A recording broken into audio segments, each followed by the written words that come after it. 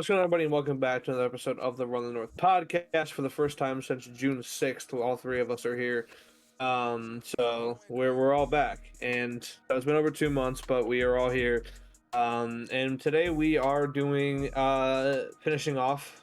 No, we're not. We are second to last episode of our positional rankings. There it is. We're doing edges, defensive tackles, and linebackers today, and then doing the secondary next week, and then it's football time.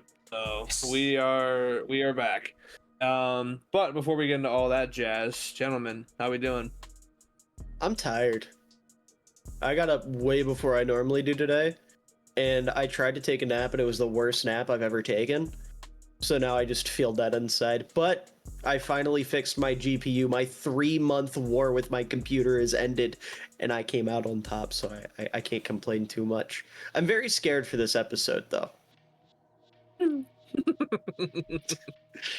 very scared. Okay. Geek, how are you doing? I was gonna ask why, but I'm You'll see. doing okay. Been messing with. I had to reset my computer, so I've been trying to reset everything up. So far, the only scene I have to do anything with on OBS is this. So, Word. if I have to do anything important tonight, it's just gonna be the Run the North screen, I guess. That's it. I've been messing with stuff. This computer built a different computer. I've been computering a lot. I don't know. It's a fun time. Jake, how you doing? Good. Yeah, things are going good in Jake world. I spent most of today. Oh wow, I didn't even say anything. Oh man, Are you jaking hard or hardly jaking? I'm jaking hard today. Yeah. Hell yeah, Yeah, brother. spent most of the day in Syracuse today, which is good. Syracuse is dope. I saw the dome.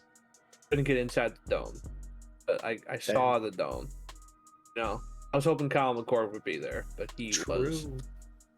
Isn't I he fear in he's maybe moved Philly on now? to bigger things like the NFL.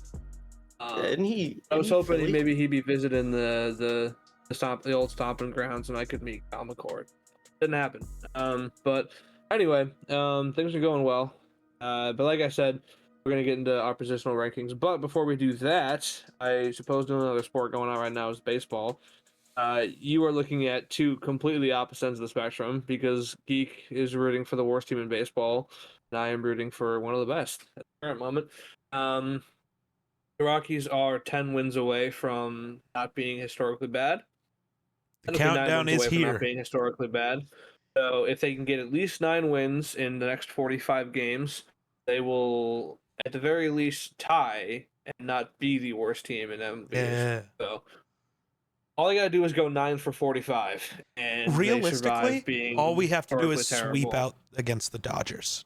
We play them 9 times. Just sweep the Dodgers.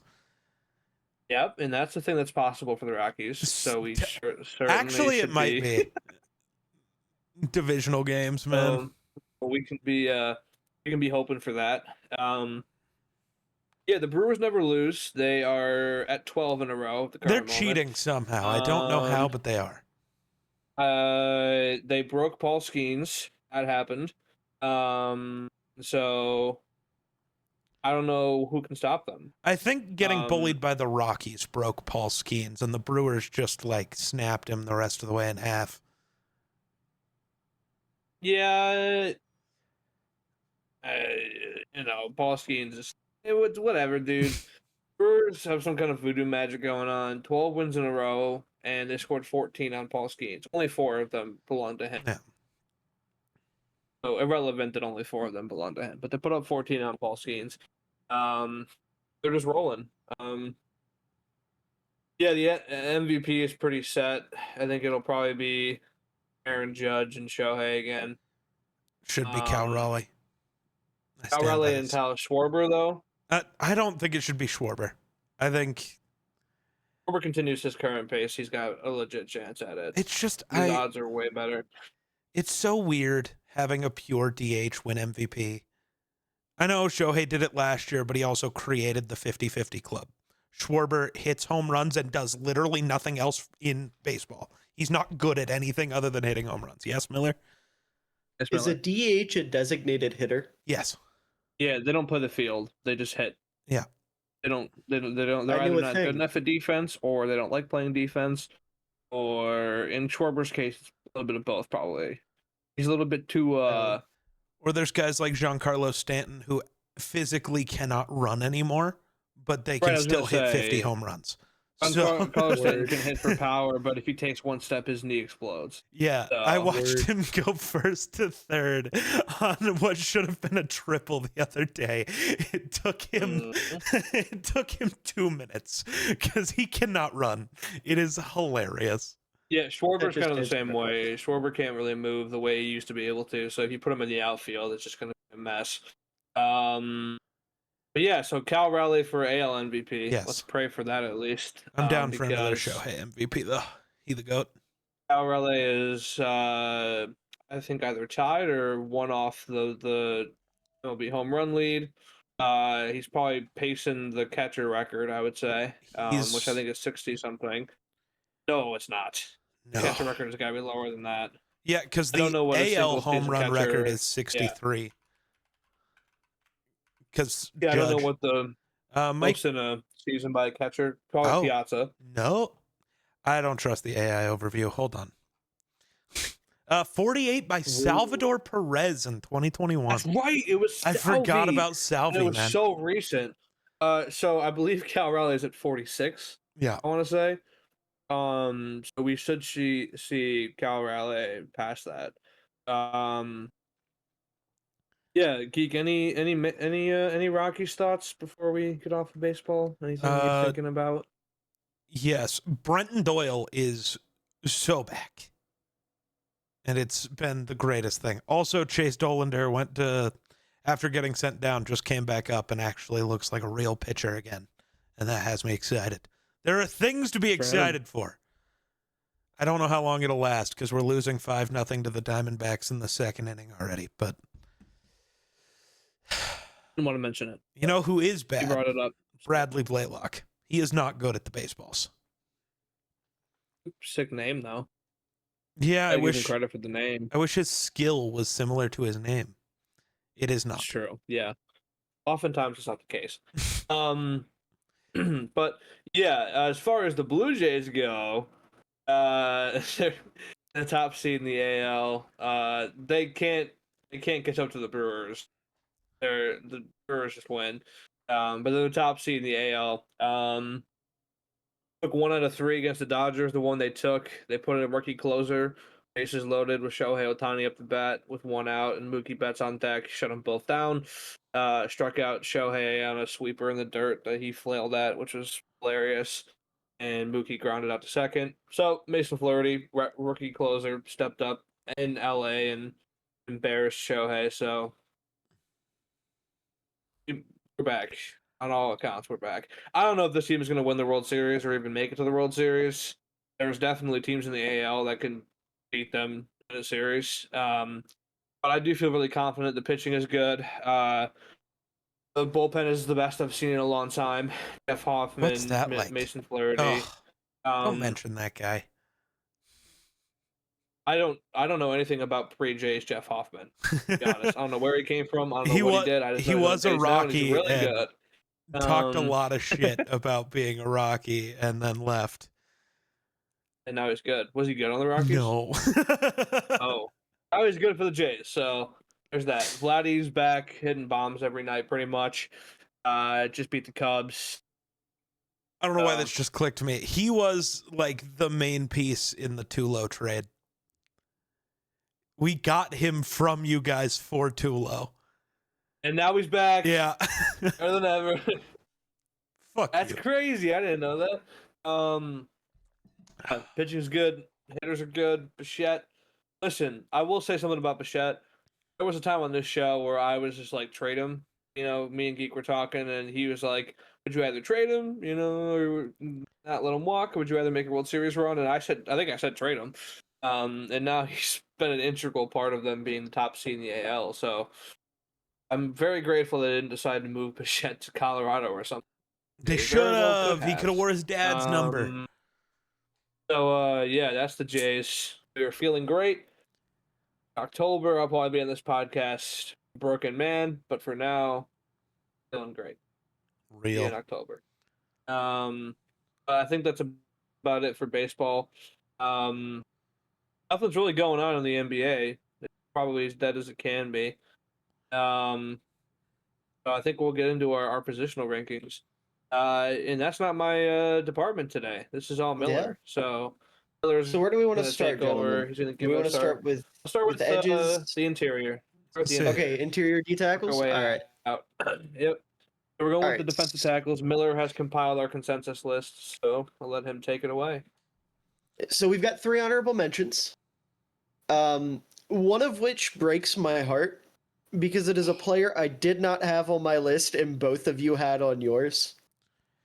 And the reason I say it breaks my heart is because this is one of my guys, but I was looking at last year and he just wasn't himself because he had a new defensive coordinator. And so the entire defense took a step back. And because of that, he himself was not playing at, in my opinion, a top 10 level. And that is Nnamdi Madubuike, Beaks, my boy, who got a 10th place vote from both Jake and Geek. A very athletic pass rusher, good run defender. But like I said last year, not quite playing up to his potential. And then our other honorable mention, the player I had at 10, one of the more underrated players in the league, if you were to ask me, and Zach Seiler of the Miami Dolphins. Just an absolute stud of a run defender, very consistent pass rusher as well. Someone that I definitely felt deserved a shout. This guy's But- bag too, so Absolutely just got paid. Very, very deserving. But tied here at 9, we have 2 players, one of which made Geek's list and one of which made my list. So we'll start with Geek's guy because I've been doing a lot of talking already. Derek Brown of the Carolina Panthers. Crazy. I had him. Would Why have been not? on my list if it wasn't for injuries. Am I high? You might be. I definitely had Derek Brown. Imagine I would Miller's not. high. I would not Yeah, omit him. Apparently I am. I am so sorry. Oh, Good this Lord. changes everything. Derek Brown might not be at 9. He's bump him I up. was gonna say I definitely. put I'll him tell higher you than exactly nine. where he's at. I'll tell you exactly where he's at. He is at 8. So who's It at moves him 10 up now? I don't know one spot. At One. 10. At 10. I apologize. I promise this will be our only hiccup. I would have had Derek Brown on my list for the record if it was not for injuries, but Sure. go ahead and move him up here. And that moves down someone that all of us had on our list at 9, and we'll talk about him in a second. But at number 10, we have someone that only made my list, and that was Kobe Turner of the Los Angeles Rams. My GOAT, someone I have been on for quite a while.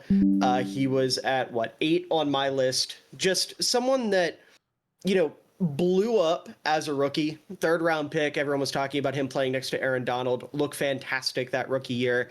And then came out, wasn't necessarily as impressive, which is the sole reason for that being that he was getting far more attention than he was because there was a gaping Aaron Donald-sized hole sitting next to him that he was forced to fill. But he's a very undersized player that does a good job of holding his own at the point of attack, works his ass off. He's super smart, consistently is able to outsmart offensive linemen with leverage and by baiting them with different moves and things of that nature. He has a very deep bag to go along with that.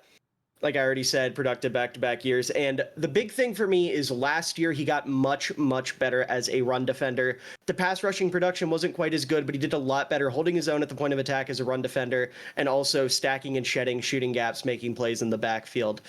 So that gets him in here at number 10. I was the only one that had him on my list, but I don't know if you two have anything you want to add before we move on. Yeah, I mean, I think he just missed mine. If I had honorable mentions on my individual list, he would have been there. I think the one thing that Miller hadn't mentioned about him that I like is his first step. I think he's For sure. His first step, I think, is way quicker than a lot of interior guys. Probably because he's smaller and a bit quicker in general. But one thing that stands out to me with him is just how fast he gets off the line. And, like, when you're working against, like, a center, and especially, like, somebody who has to snap the ball and then get ready, a quick first step is kind of overpowered because they have to stop the football and then they look up and you're already up their butt. So yeah, I think Kobe Turner's first step is a big part of what he does. And also, like, again, like Miller said, like it shouldn't have been this easy to, replicate a defensive line that had Aaron Donald in production, in the way that they got after the quarterback. Yeah. Kobe That Turner's been a credit all part of goes that. to Braden I'm just kidding. I just Listen, is with my history with Braden Fisk, good football player. At best, he was the third best player on that defensive line because Kobe Turner and Jared Verse both exist. Nah, Fisk was number 1. Then Okay. Bobby Brown the third was number 2. Is that who we're gonna give the credit to? All right, you're just hating on Kobe Turner because unlike me and Jake, you don't have the musical connection True. with Kobe Turner. I don't have the musical connection. You are The conductor, my goat. you are correct. Yes. But someone that Geek, I think you'll be able to relate to a little bit more at number 9 here, peaked on Jake's list. We've got Vita Vea My of goat. the Tampa Bay Buccaneers. So My Jake, goat. since he peaked highest on your list, you want to start us off here? Yeah, so Vita Vea ended up being pretty high on my list. Obviously, we all know he's huge, he's strong, he's physically dominant. He is also, if you watch him play, despite being huge and just a big tank, he's also pretty quick. Got a good burst off the snap. He ran a 5.140 at 315, which is pretty crazy. To have that. I think he's one of, if not maybe not the best, but he's definitely one of the best run defending interior D linemen in the NFL. That's mostly because of his size and his strength. Still a good pass rusher. Yeah, and not that this is like a reason to put him higher on the list, but he's also one of the guys on this list that is able to stay healthy. Mm-hmm. So very reliable presence on Tampa's defensive line. The reasons why maybe these guys had him lower is maybe they just don't think guys are better than him. I don't think his pass rushing bag is great. It just isn't. He's a decent pass rusher, but that's mostly because he can just pull over literally anybody he wants to. His pad level isn't great sometimes. His footwork can get a little messy. But yeah, that's Vita Vea. Big size. Geek? I don't know, man. Vita Vea is great. He is maybe the best just pure like space eater in the NFL. He just eats 3 gaps at a time somehow, just as one dude. Like it's yes. That just got me thinking, if they ever play that Desmond Watson kid, is anybody going to be able to fit through the middle of their defensive line? No. It would require Desmond Watson to get off the ball, and I have very strong reservations about that. I didn't watch Desmond Watson. Yeah, I didn't either. I just know that I watched a tiny bit, too and big. So that's I was gonna say he's really nice on the goal line because technically he doesn't have to get off the ball on the goal line because you're running pretty much where he's at. So if he's just there, you're good. But like in any other scenario, that's all you need. I don't know. Yeah. The only problem is I feel like if the offense, if you see Desmond Watson on the field, you just automatically audible to a passing play and know you're having at most 3 guys coming at you at proper speed. And it makes things a little bit easier for you. Nah, because he's still going to eat the 3 guys in the middle. So those other 3 guys coming at you are only working against 2 defenders. So you keep the tight end, or you keep the running back. Yes. Let's see which running back is going to stop. I don't know. Kalijah Cansey. Old man Hassan Reddick. He would eat. I don't know how many running backs he wouldn't eat. Sure, he won't eat Derrick Henry. I don't think the Bucks have to worry about playing the Ravens too often. Okay, I think most line tight ends at this point in their career could hold their own. You said running backs. I'm talking about running backs. Okay, but I know, but I'm saying either or. If you keep the tight end, it would work. But yeah, no. Anyways, sure. But no, like as a space eater, he's just incredible. But I think that's also part of why I had him ranked lower than Jake is, yes, he's a great space eater, but a lot of the guys above him do a lot of other things better than he does. Mm-hmm. But I don't want to underrate how great a great space eater can be. Miller? Yeah, and I mean, not to like outright disagree because, yeah, compared to some of the other guys, he's objectively not as good of a pass rusher. But what really sets him apart and always has set him apart is his ability to push the pocket and his ability to actually get into the backfield as a pass rusher. Sure, he doesn't have like a crazy bag of moves like Jake said. He's not going to hit you with 3 moves and then spin around you or whatever. But there's not a lot of guys that can go toe for toe, head up on Vita Vea and contain him as a pass blocker. So he's different from most nose tackles, and is why he is one of 2 true nose tackles on this list, and the other one might be the greatest nose tackle of the last 15 years. So we'll talk about him in a bit here. But at number 8 now, after I fucked up, is Derek Brown, who peaked on Jake's list at number 6, and then Geek had him at number 8. For reference, Vita Vea was number 8 on Jake's list, and then number 9 on both mine and Geek's list. But Jake, Derek Brown, take it away. Yeah, so Derek Brown also very dominant physically. He's got a great point of attack power. That was a big thing coming out of college with Derek Brown, coming out of Auburn. Was his point of attack power. He's very athletic for his size. He's versatile. He plays nose tackle, 3 tech. He can play on the defensive end for a 3-4. I don't know what the Panthers run. I don't think it's pretty sure it's. Pretty sure Panthers have an on front. Let me double check.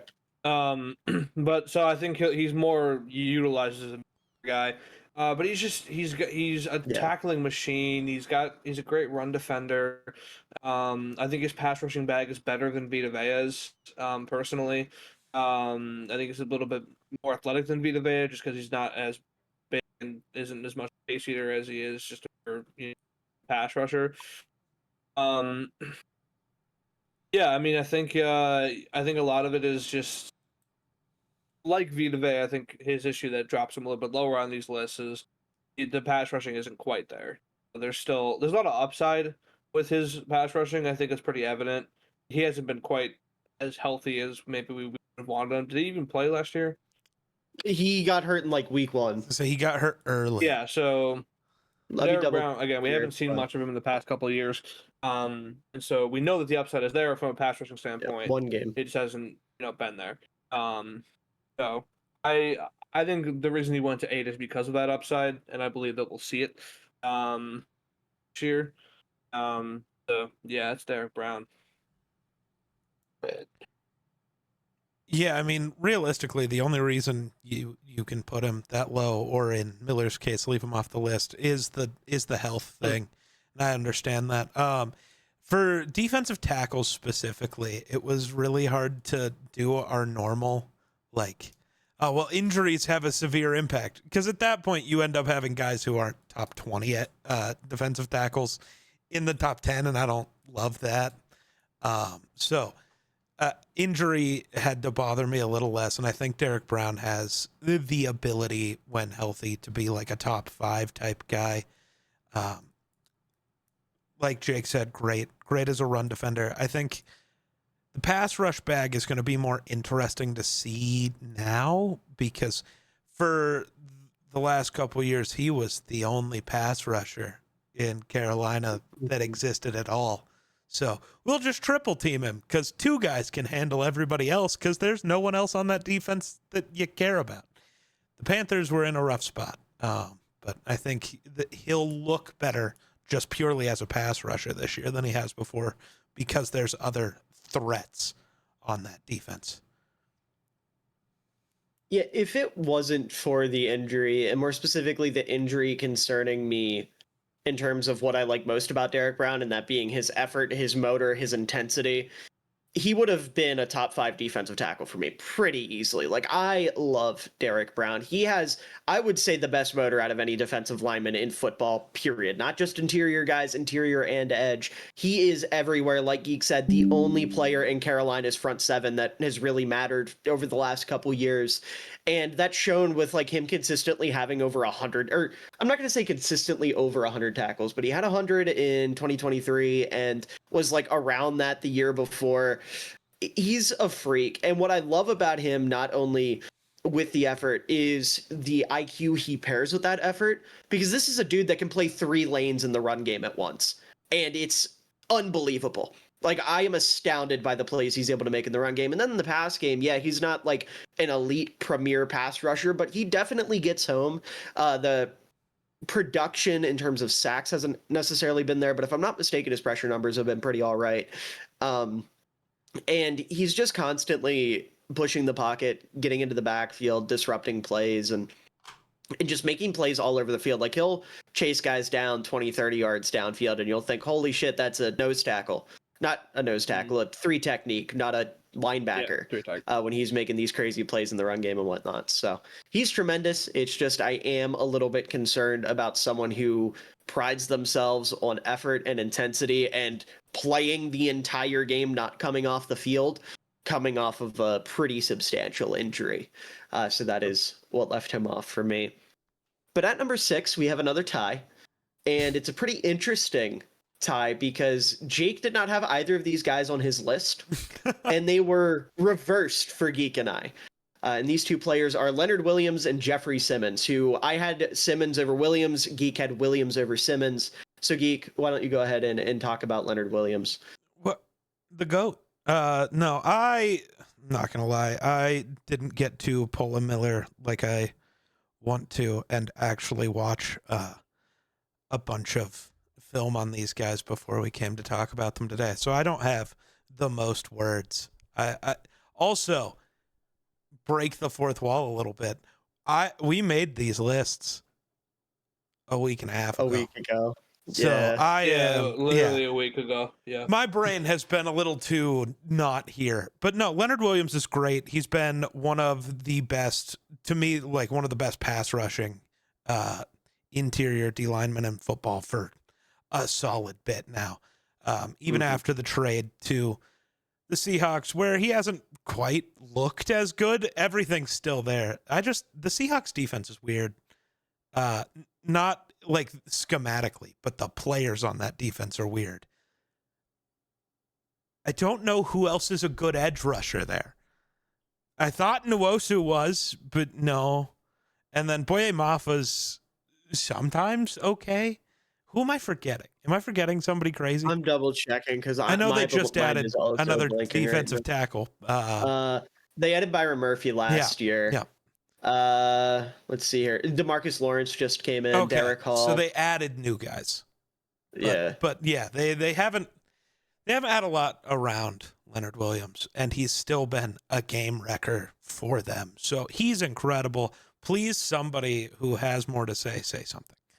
I was going to say last year was really impressive with Leonard Williams because it was his most productive season at what? I'm going to double check myself here, like 33, 34, 32, I think. 31. Jesus, I was way off. I thought he was way older. Feels like he's been in the league forever. But he's a stud. It's like Geek said, really good athlete, really good pass rusher. Just does a great job of using length and his quickness to win consistently. Also picked off Aaron Rodgers last year, ran it back for a touchdown, which was fantastic. Got to bring that up for sure. But I'm excited to see what he's going to do in Seattle's defense this year with some more pieces around him. Year 2 of Byron Murphy kind of taking a little bit of the pressure off of him and bringing in some of these guys like Tank Lawrence and seeing what Derek Hall can do. So, I think. I echo everything that he says about Leonard Williams. Leonard Williams is number 11 officially on my list, so he just fell down. As far as Jeffrey Simmons goes, I'm gonna be completely real. I forgot he existed, and so if Jeffrey Simmons if I had not forgotten about him, he would have been in over DeForest Buckner. Putting that out there, he should be on my list. He wasn't. Jeffrey Simmons is awesome.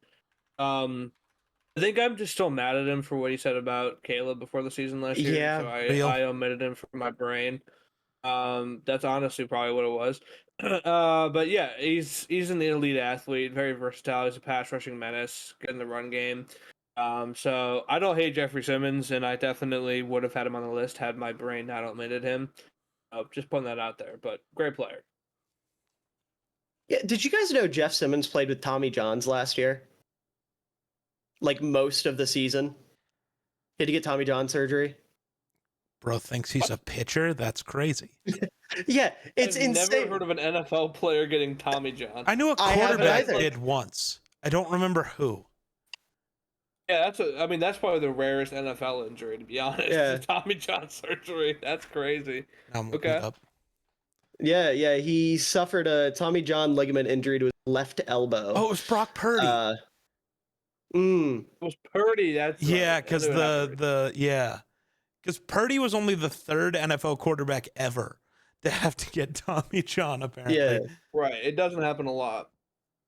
Yeah, I mean, he's such a good run defender and he's a good pass rusher. Production has never been there, but I mean, if you watch the tape, he's disruptive. He's getting into the backfield. He's making plays. So, as much as I hate him for what he said about Caleb Williams, because that is just lame, I Yeah. still think that's just stupid, lame behavior. He is, unfortunately, a very good football player. So, that's why I had We him a get a little bit 5. above Leonard Williams.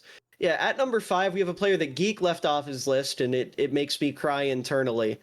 And that is old man Cam Hayward of the Pittsburgh Yes, Steelers, sir. Okay. who peaked on my list. Welcome, I had him double checking myself here. I believe at number 4, I did. And then Jake, 5. you had him down at number 5, right? Right? No, you had him at number 6. okay. So I Actually, you had gotta him one below defend Derek Brown. myself here. I don't feel like I should have to. If you've been watching us do these, you know how I rank players for these. It's projecting them going forward into this year. And yes, Cam Hayward was an All-Pro last year, but he's also 97 years old, and I don't think this lasts. He was the guy I was debating with at 10 with him and Namdi. But it's entirely just he's really old. That doesn't mean he's not good anymore. I'm just predicting the fall off, which might make me look really stupid if he gets another All-Pro. Or 7 weeks into the season, he's done nothing, and I get to come on here and be like, "Hi, you fucking idiots, I was right." That's the two options. And there's definitely no possible in-between answer where he's just fine. That's not possible. But no, like, he's really good. I don't want it to be like I'm an asshole. The age bothers me. But please, you two care. Jake, I'll let you go ahead Cam on this one. Hayward. Yeah. Yeah. So obviously he's very strong. I think his technique is one of the best out of the people on this list. Great point of attack control. He's very smart. His football IQ is crazy. Very versatile. Consistent production. 88.5 career sacks, 7 Pro Bowls for first team All Pros. And not that this matters necessarily on the field, but he is a Walter Payton Man of the Year award winner, so good fella. He's obviously he's not like a flashy athlete. Again, these are reasons why you could leave him off the list or put him lower. He's not a flashy athlete, not the best pass rusher. He can get to play too high a little bit with his pad discipline, but I think his general pad discipline is good. But overall, I think he's still one of the better defensive tackles. Still dominant, he's still strong, he's still smart. Still can get to the quarterback, still can disrupt the run game very easily. And so, yeah, I didn't really take age too much into account on my list, if I'm being real. So that's kind of why he fell so high for me, probably. But yeah. You know, I left Cam Hayward high. The age right now does not bother me because he hasn't shown any signs of really slowing down. Like, I understand at some point Father Time will get involved. But given that Cam Hayward is not a player that like necessarily wins with dominant athleticism and is just big and physical and smart, I feel like his shelf life is a little bit longer than that of some of these other defensive tackles. Not the flashiest guy in the world, obviously, but that old man strength is something else. The way he's able to stand guys up on the line and two gap and just dominate the point of attack as a run defender is absolutely incredible. He's also capable of like going outside of his gap and bringing a guy down, making arb tackles, things of that nature. He's really good at swatting passes at the line of scrimmage. Obviously, pretty hard to throw over him with how big he is. And his bull rush might be the best among all the defensive tackles in the league. Like his ability to just generate a little bit of velocity, ram himself into a guard or center and throw them on their ass to get to the quarterback is simply unmatched in the NFL right now. talking about someone that's going to be a Hall of Famer when it's all said and done. As Geek mentioned early on, coming off an All-Pro season, just an absolutely tremendous football player. But before we jump into our top four, I fucked up again. I thought we weren't doing that twice. But this is way down. Only hiccup. Okay, way down at the bottom of the list, Kobe Turner unfortunately was not number 10. And I want to say, in my defense, the reason I messed some of these up were because they were Jake's, and he sent them in 5 minutes before we were slated to record last week. So if anyone's at fault here, it's actually Jake. No. So you've had a week to fix Plenty it? of time to fix it. Great. I'm just... You know what? You're white. You're white. Show me the case. Where's the case? Where are you resting it? Somewhere off camera. Yeah, exactly. This is the equivalent of saying, I have a girlfriend, you guys don't know her, she goes to another school. I have a case, but you don't know it, it's off camera. Okay. Okay. Yeah. Whatever. Anyways, there should have been a tie at number 9. And Jake, I'll let you just go ahead and talk about your boy here, Quinnen Williams, who you were the only one to have him on your list. Yeah. Shockingly. Oh, okay. Well, what? Oh wait, no, he I'm wasn't. blind. You fucking idiot! That is absolutely. I had Quinnen Williams. No, Quinnen Williams was up higher. I just completely misread. I also had Quinnen Williams at 3, so I don't know. So Quinnen Williams is actually the person we're supposed to talk about next. Oh my god! And I had that written down and completely blanked it out of my mind. I'm literally looking at it right here written, and my brain skipped over his name. So just to make sure here, that would have him at 15. So yeah, everyone should be moved down a spot. And then DeForest Buckner is here at number 5. That makes more sense. sense. Quinnen Williams will be at 4. Okay. I have that written down and I blotted it out of my brain. I apologize. I promise the other two are not like this. I no longer have any faith in your promises. Your last promise was a lie. Okay, well, you're a liar. So far, no. The only one who's lied is you. Yeah, whatever. Anyways. Typical Bears fan behavior. Okay. Buddy, when we get to linebackers, we'll talk about lying. Okay.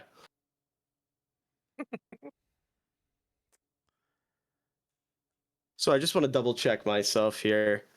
Yeah, he's going through both of the lists real quick, too. No. I'm making sure I have the D tackles right here. So just to recap, I do apologize. What it should have been is at number 10, Vita Vea with 7 points. At number 9, Derek Brown with 8 points. Tied at 8 would have been Leonard Williams and Jeff Simmons with 9 points. Cam Hayward at 6 with 12. And then now we're on to DeForest Buckner, who all 3 of us had. Somehow I managed to leave Quinnen Williams off my list, and I feel very stupid for doing that. That's probably why my brain skipped over him. That was a complete failure on my end. But that being said, DeForest Buckner here, if someone else wants to talk about him while I recalibrate here, because I have completely fallen apart. DeForest Buckner, elite physical traits. He's tall, he's long, he's athletic. He's an anchor on the run game, disruptive pass rush presence. 2023 was one of his better years. I think that saw the Colts, I think. 8 sacks, 22 QB hits, 11 tackles for loss. He's got 67.5 career sacks, 605 tackles. He's durable, doesn't get hurt. He's continued to produce. 3-time Pro Bowler, first team All-Pro in 2020. Yeah, he's been a beast, and he's been a huge part of the Colts defensive line. Him and Grover Stewart, one of the better run-stopping duos in the NFL, if not the best. Even though I don't think Grover Stewart's there anymore, is he? Grover Stewart's still there. He missed a couple teams last year for a suspension, but he's still there. Yes. So him and Grover Stewart, again, one of the better run-stopping defensive line duos. Just, again, a lot of it has been the consistency, the good pass rusher, just an absolute anchor on the run game. So I love DeForest Buckner.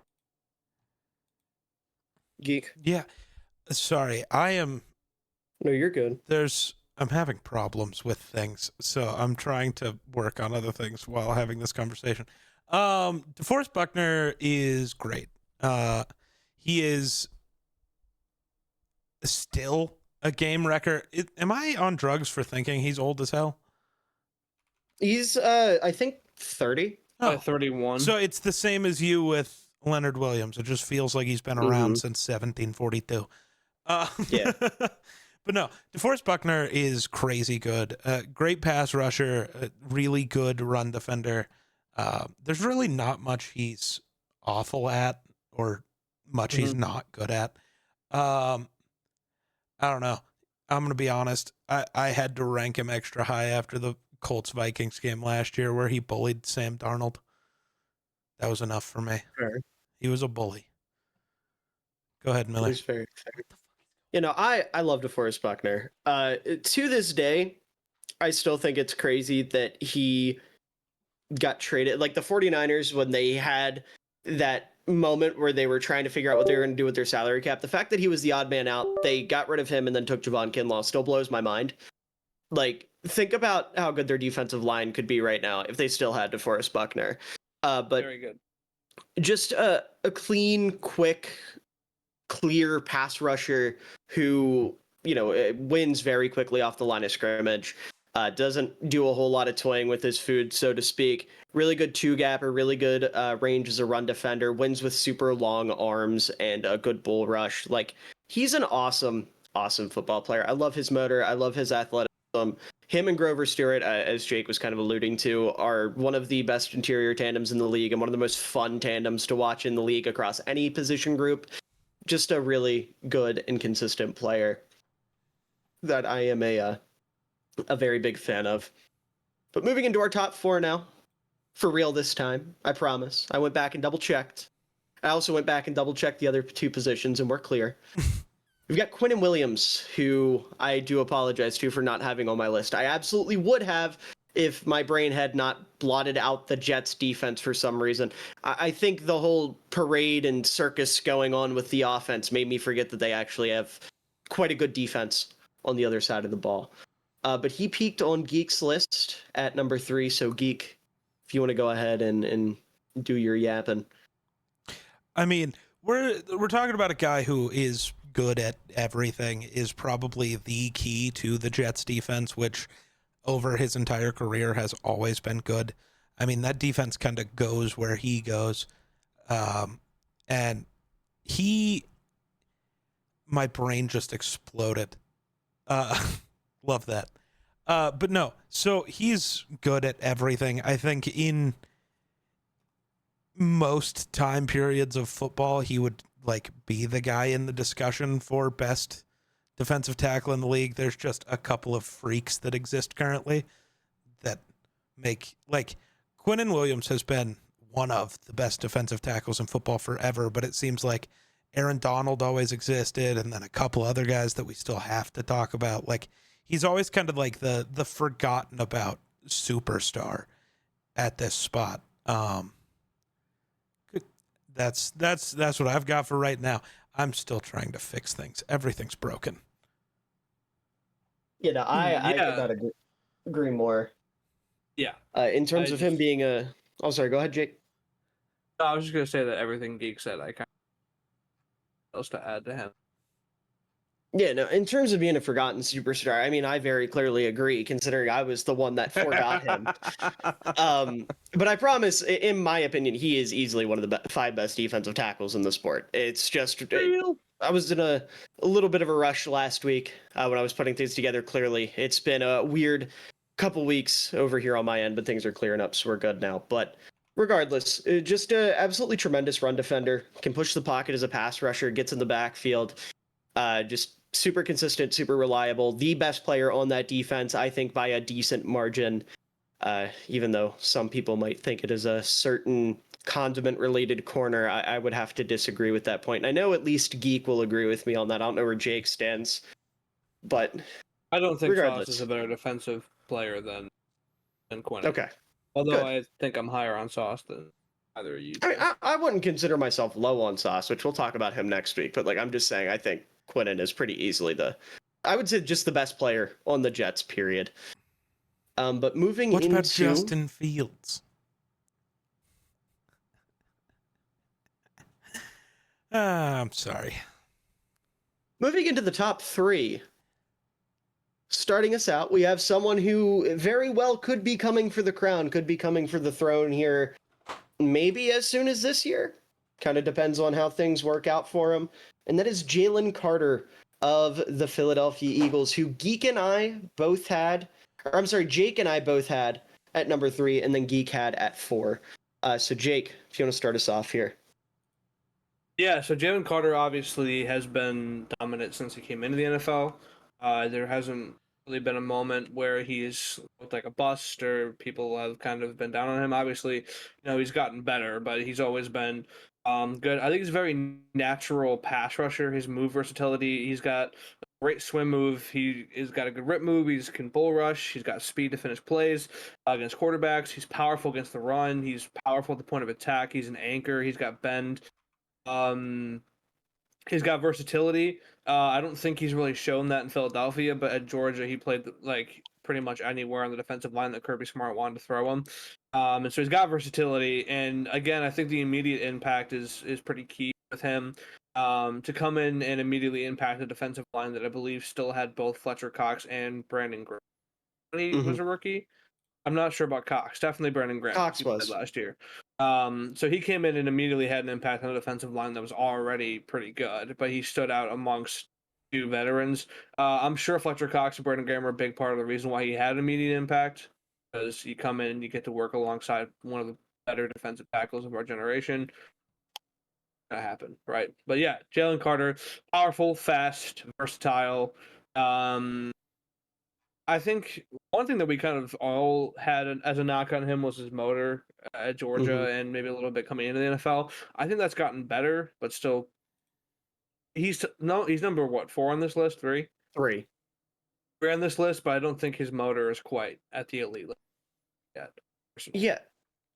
I think I do agree that it has improved, but I think a big part of the reason is, and I don't know, maybe the numbers don't back this up. If they don't, I apologize. But at least just from my understanding, he's just not on the field as much for Philly as he was for Georgia, given how deep their defensive line rotation was. So he's also not relied on nearly as heavily, right? Like at Georgia, he was the man. And yeah, in the NFL, he's still game wrecking, but he's always had, like Jake said right away, Fletcher Cox and Brandon Graham, and then Josh Sweat, Nolan Smith, Milton Williams, shout out my GOAT, like all these different rotating pieces around him that, also are respectable and need to like be blocked appropriately.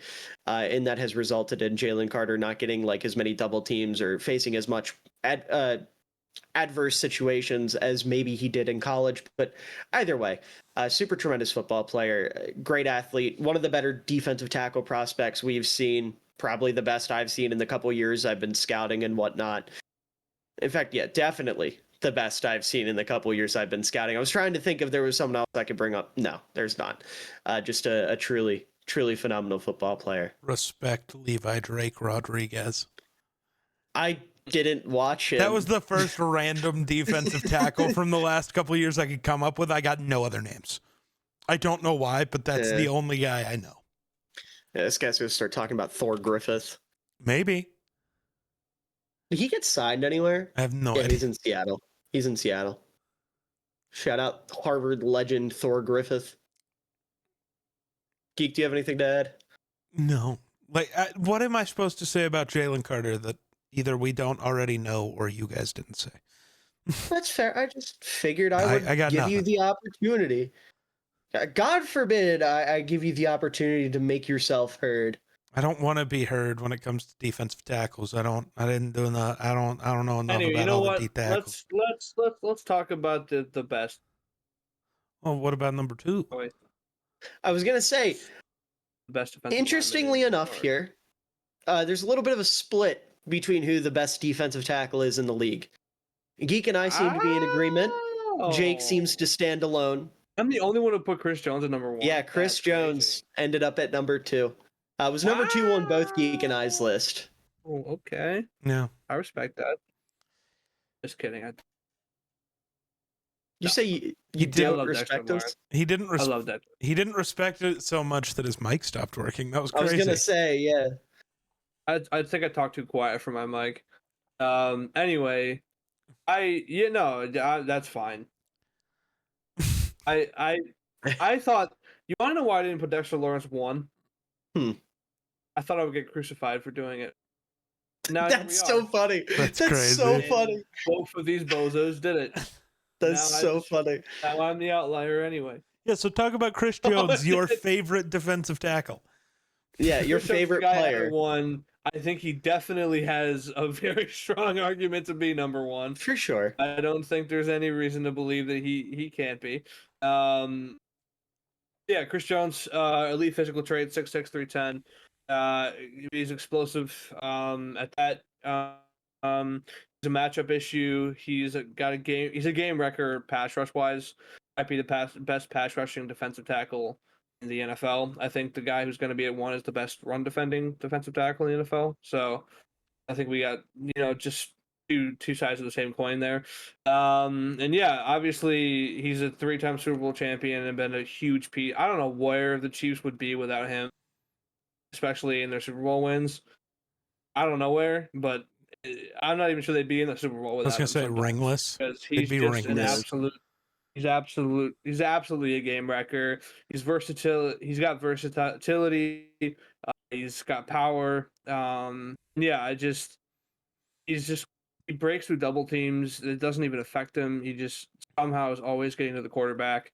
He's one of those guys where, like, if you watch him against your team, just screaming at the TV as he breaks through all 5 offensive linemen and comes after your favorite quarterback and tries to kill him. So yeah, I put him at number 1, but I'm not mad at who is it, unless it's like Andrew Billings. No, it's Levi Drake Rodriguez. Respect the Something bog crazy man, happened. buddy. Something crazy happened. Respect the bog man. Okay. I'm happy. I mean, yeah. just to talk about them together, because obviously we have Dexter Lawrence at number 1.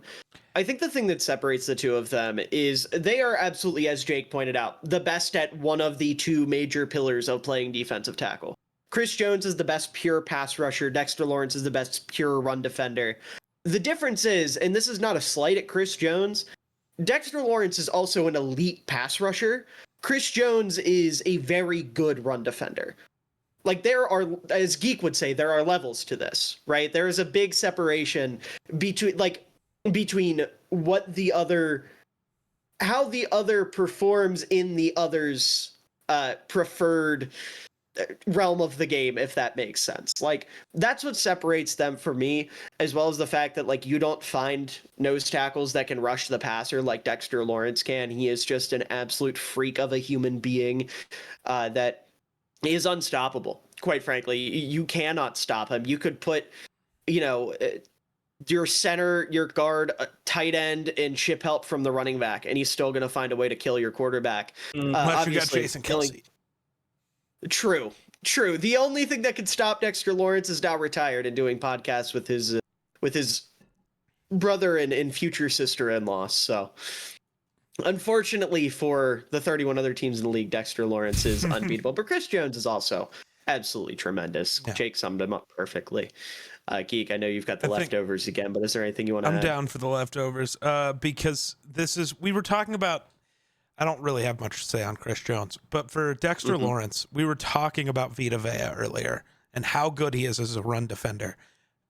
Dexter Lawrence is just Vita Vea with a bag. He's got a pass rushing bag. That's the difference. Is he can just get after the quarterback all the time. And then obviously he's filling space and not allowing anyone to run a football ever. Yeah. Ooh, Dexter Lawrence. He's incredible. He's absolutely incredible. And he makes all the guys around him so much better as well. But just to summarize real quick, because there was a little bit of confusion among our defensive tackles. At number 10, we had Vita Vea. At number 9, we had Derek Brown. Tied at number 7, we had Jeff Simmons and Leonard Williams. At number 6, we had Cam Hayward. At number 5, we had DeForest Buckner. At 4 was Quinnen Williams. At 3 was Jalen Carter. At 2 was Chris Jones. And at number 1 was Sexy Dexy Dexter Lawrence. So with that, you guys want to just stick on the defensive line and do edge rushers next? Yeah. Yes. Yep. All right, so we do have 2 honorable mentions here. and they were both the 10th place defensive end or edge rusher for these two gentlemen here. So we'll start off with the rookie, the young blood, who I would have loved to put, but obviously rookie tax kind of prevented me. Jared Verse, who only made it on to Jake's list, unfortunately. But Jake, what do you want to say about your boy here? Yeah, so obviously I put Verse at 10 because of the rookie tax. I think he'll be higher if we do this again next. I would guess it's to be higher. But his first step is so good. His speed to power transition is so good.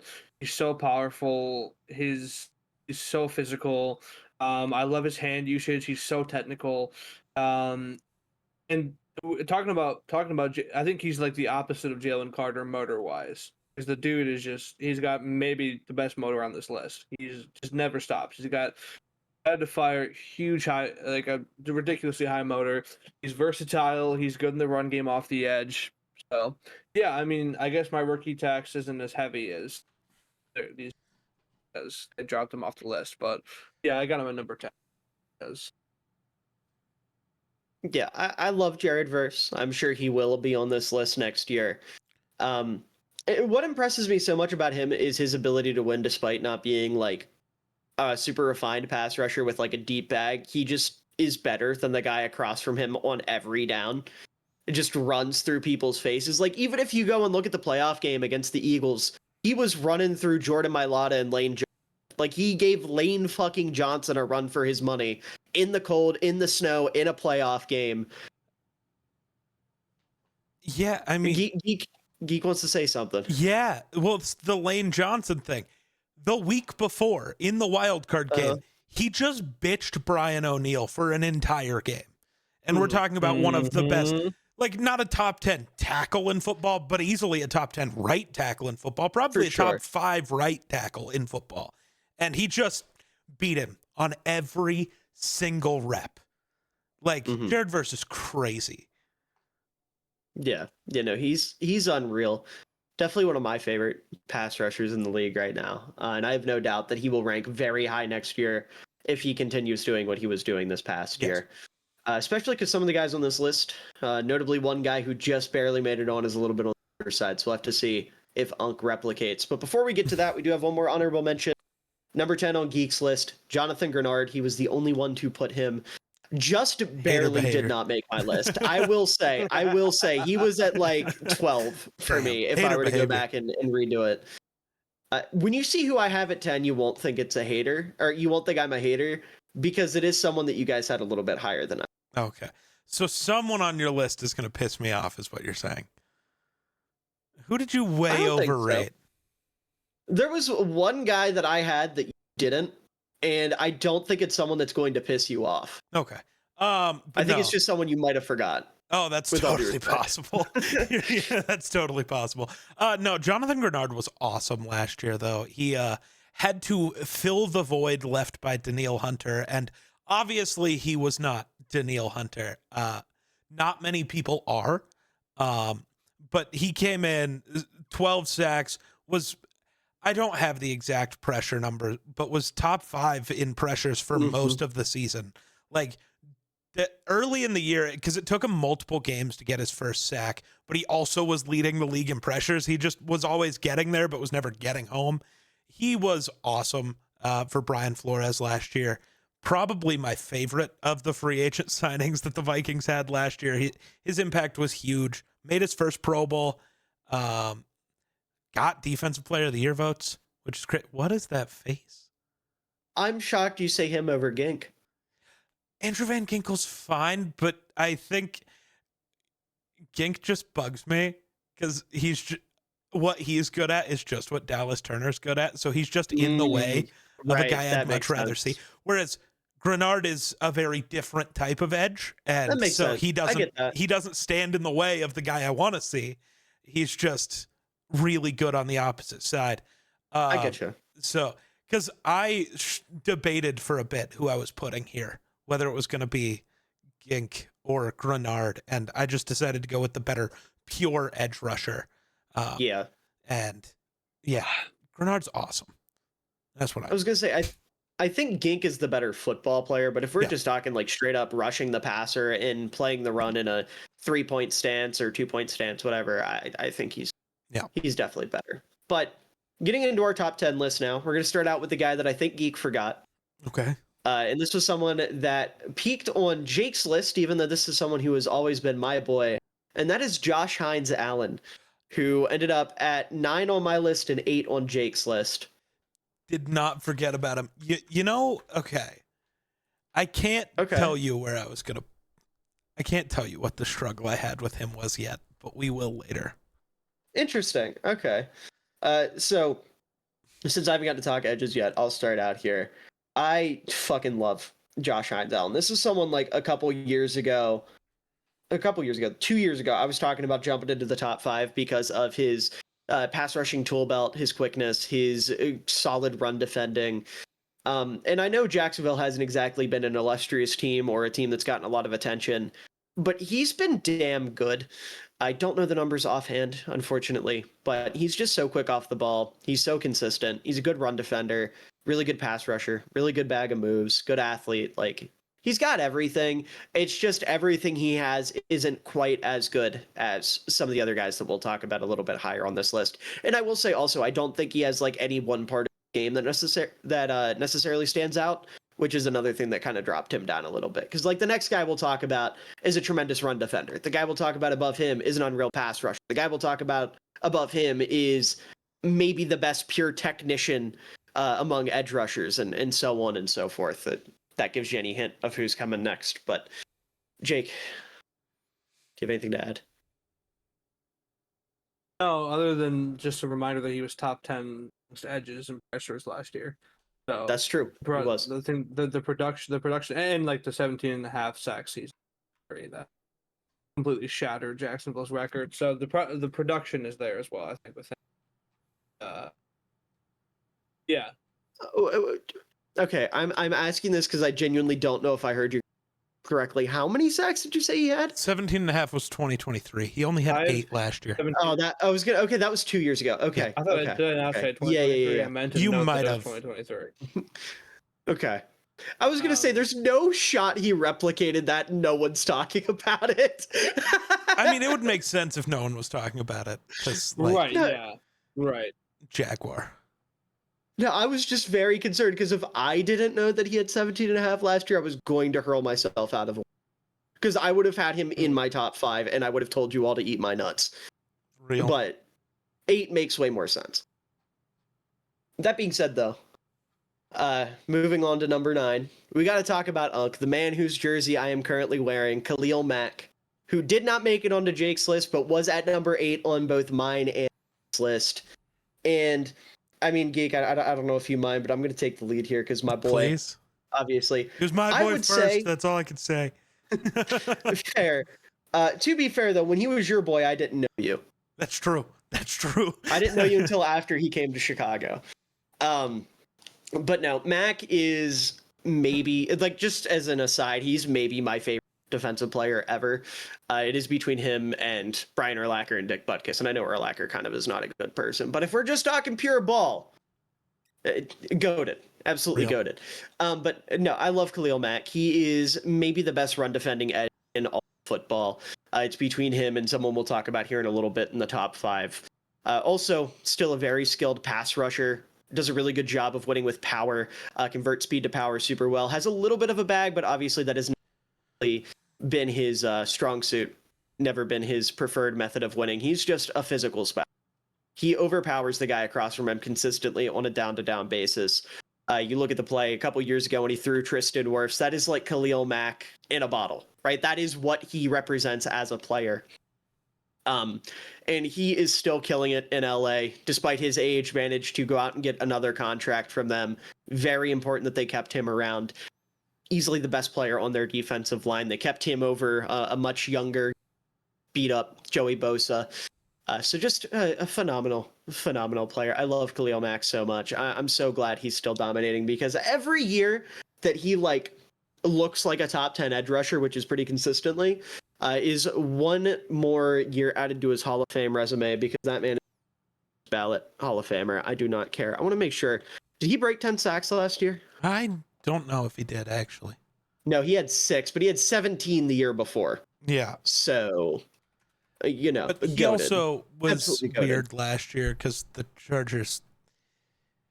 He was the only player on their defensive line for a good chunk of that year. Yeah. So he doesn't have it like 26-year-old Khalil Mack had it, you know. No, and what I mean by that is like when you're the only player on your defensive line, yes, 33-year-old does not have same oomph as 26-year-old Khalil Mack. He just couldn't single-handedly be the only player on their defensive line every time. He got deploy votes 2 years ago. Yeah. When he had 17 sacks. That's awesome. I didn't know that. That's awesome. That just made my day. He's only missed the Pro Bowl once in his career. That's crazy. Yeah, it was because he played 7 games. I remember that twice. I lied. He missed it as a rookie. He missed the Pro Bowl, but was that's defensive rookie of the year. Never mind. Yeah, you're like, I thought that said defensive player of the year. Oh. Well, no, it said I thought I saw AP deploy on Pro Football Reference, and I was like, "There's no shot he was top 3 in deploy and didn't make the Pro Bowl." Well, yeah, because surely the Raiders weren't in the Super Bowl. Yeah, no, he only had 4 sacks his rookie year. Yeah. Well, underrated fella coming out of Buffalo, and then came back with 15, 11, 10 and a half, 12 and a half. God, that first year in Chicago was magical. Take me back. No. Well, joke's on you, because the guy, you know what, never mind, I'm not going to spoil it. All right. Well, actually, please spoil it. Who's at number 8? Yeah, at number 8, moving on from that, we have Will Anderson Jr. of the Houston Texans, who was the guy that I had at number 10 that I referenced earlier. I had him a little bit lower than you guys did. So both of you had him at number 7. Yes. So if either one of you want to take the lead here. I want to talk about a different I think Texan. He's very explosive, good first step, 460, 40-yard dash, speed to power transition. He collapses gaps instantly. High motor and consistent effort, versatile in the pass rush. He's got speed, he's got power, great technique, great bend. He can win with finesse, he can win with sheer strength, he can bull rush, he can come around you. Good run defender, good sack production. And again, he's one of those guys like Jalen Carter who's made an immediate impact at the NFL level. So I think and he's only been getting better. So could have been Defensive Player of the Year last year. A few things had broken his. Will Anderson Jr. Do you want to add anything to that? Nope. You can talk about Will Anderson. I'll talk about guy coming up. Well, okay. No, I don't really have much to add. He's a really good pass rusher, not like a technician like the guy that I know Geek is aching to talk about. Who ironically I had higher on my list than he did, but we'll talk about that when we get there.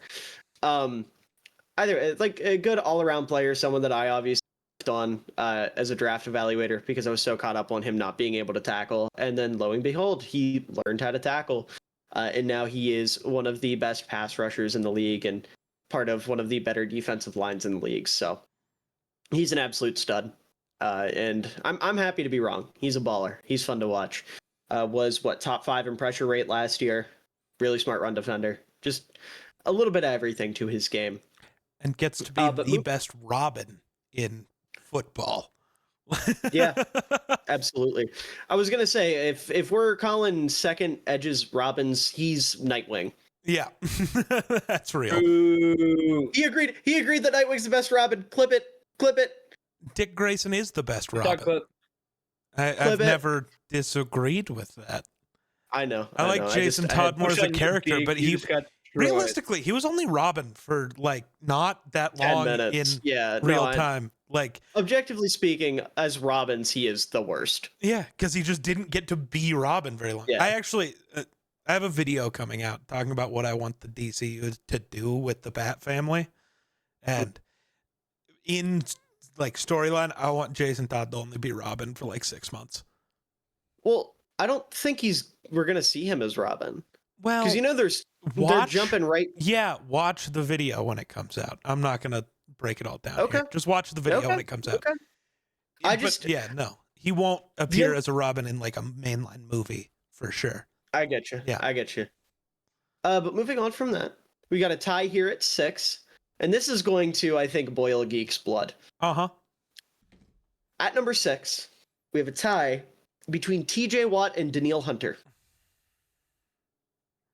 And I would like to say Jake had TJ Watt the highest at number 4.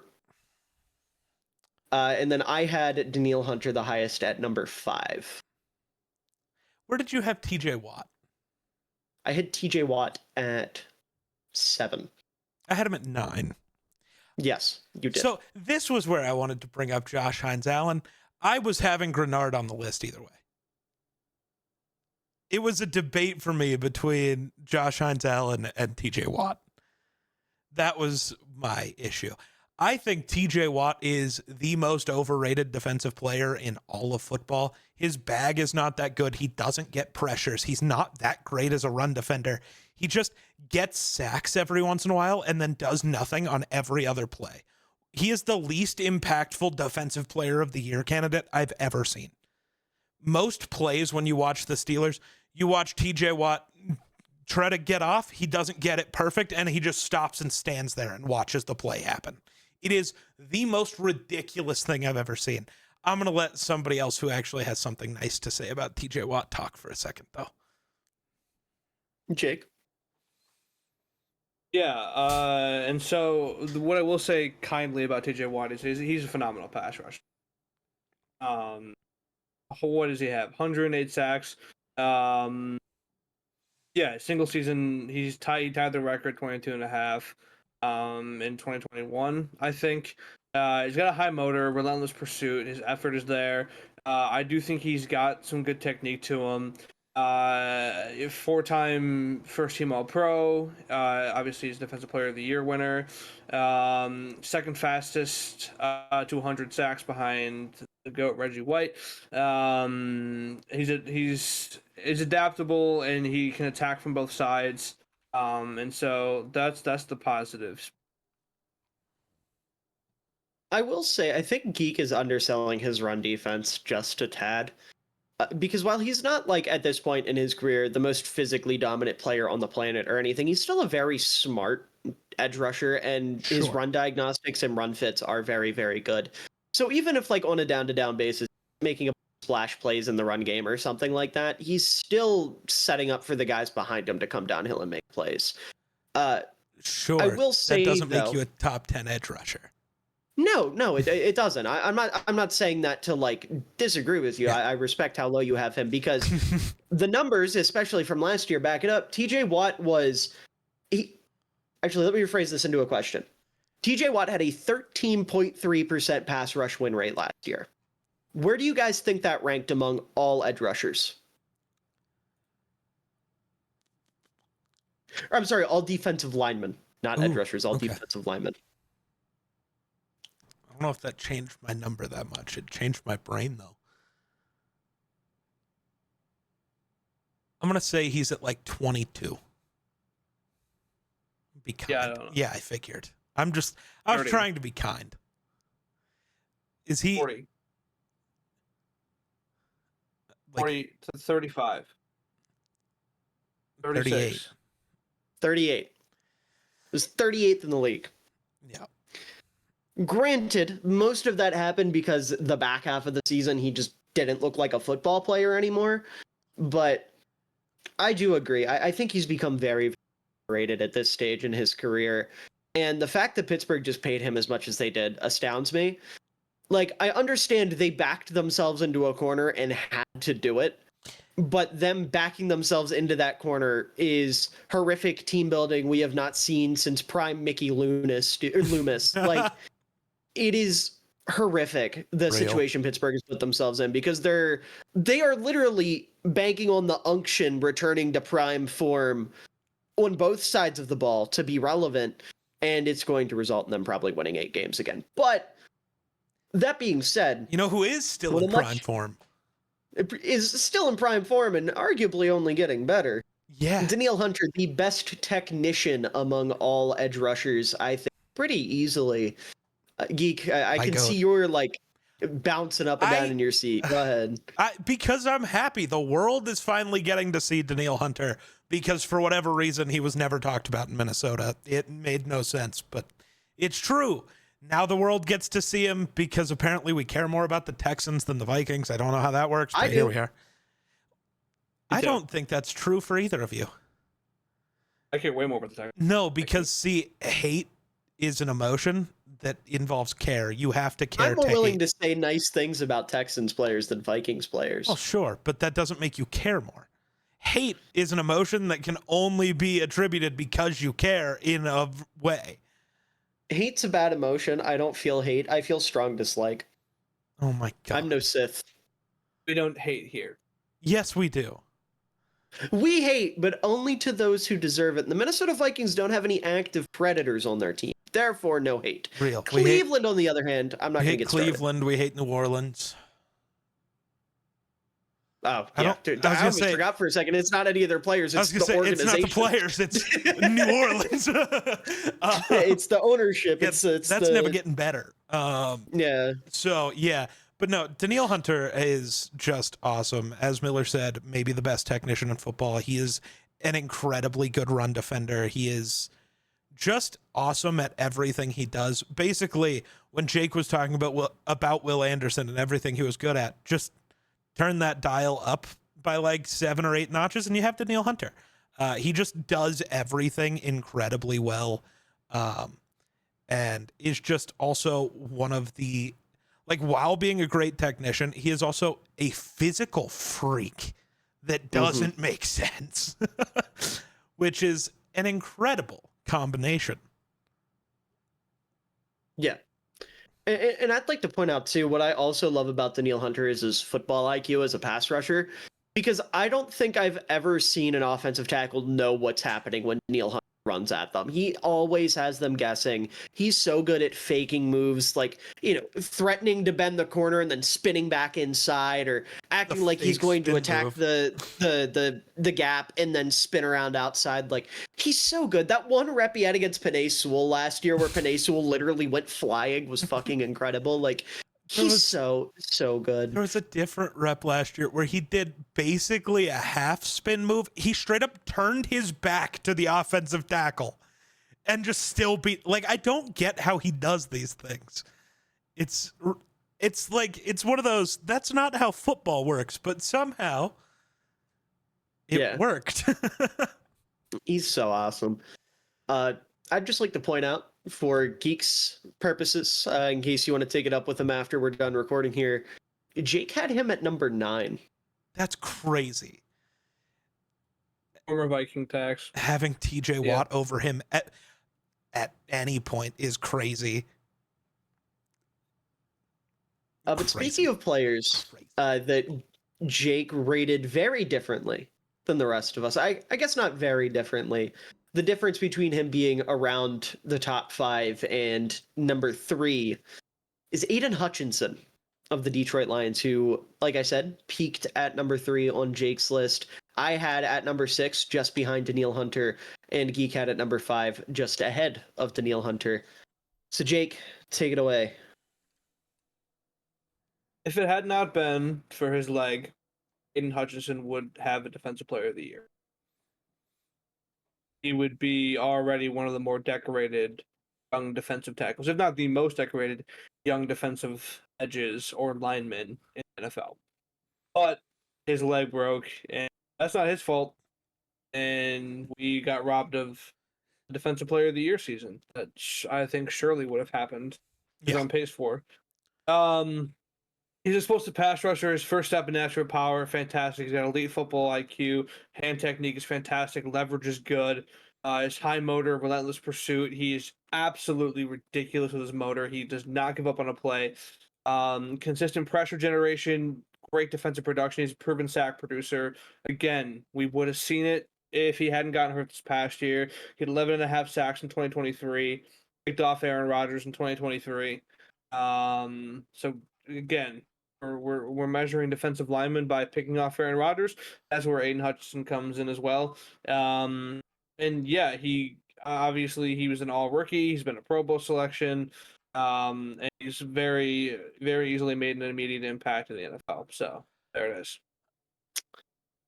So, fun fact. You forgot Aiden Hutchinson also. No, he was on my list. There was one player that was not on any of our lists, and I have quadruple check. Who? None of us put Trey Hendrickson. Correct. Yep. I knew that. Real? Okay. I was a very intentional move. Yeah. Okay. No, Okay. Do you want to talk about Trey Hendrickson for a moment for some reason? No, I was very surprised by that because I did not mean to. I'm kicking myself for doing it. But that's interesting. I did not. Was not anticipating that. You'd figure the guy who just has had 17 sacks in back-to-back years is the only good player on the Cincinnati bench. Always top of the league in pressures, decent run defender. Like you'd figure he'd go in the top 10. No, number 11 for me. I was gonna say the only guy in the top 10 that I think he does things better, like does things very much better than, is TJ Watt. So one of those two was getting left off my list. Just had I could have put him in an oververse, I suppose. Sure. Interesting. Yeah. Because now that I have notes written down on a bunch of different edge rushers in my notes app, and I was looking at Trey Hendrickson because I was trying to find where I down Hutchinson because for some reason I didn't order the edge rushers. Yeah. And that hit me like a ton of bricks. But now that I'm like actually thinking about it, I don't know who I would have put. The only person he could have gotten in over Josh Hines Allen for me, but that would put him in our top 10. I think he could have been. Yeah, I mean, it just yeah. I was gonna say Hines Allen and TJ Watt are the guys that he was in competition with, and I put TJ Watt literally just because I didn't want to have to deal with the internet if I didn't. Yeah.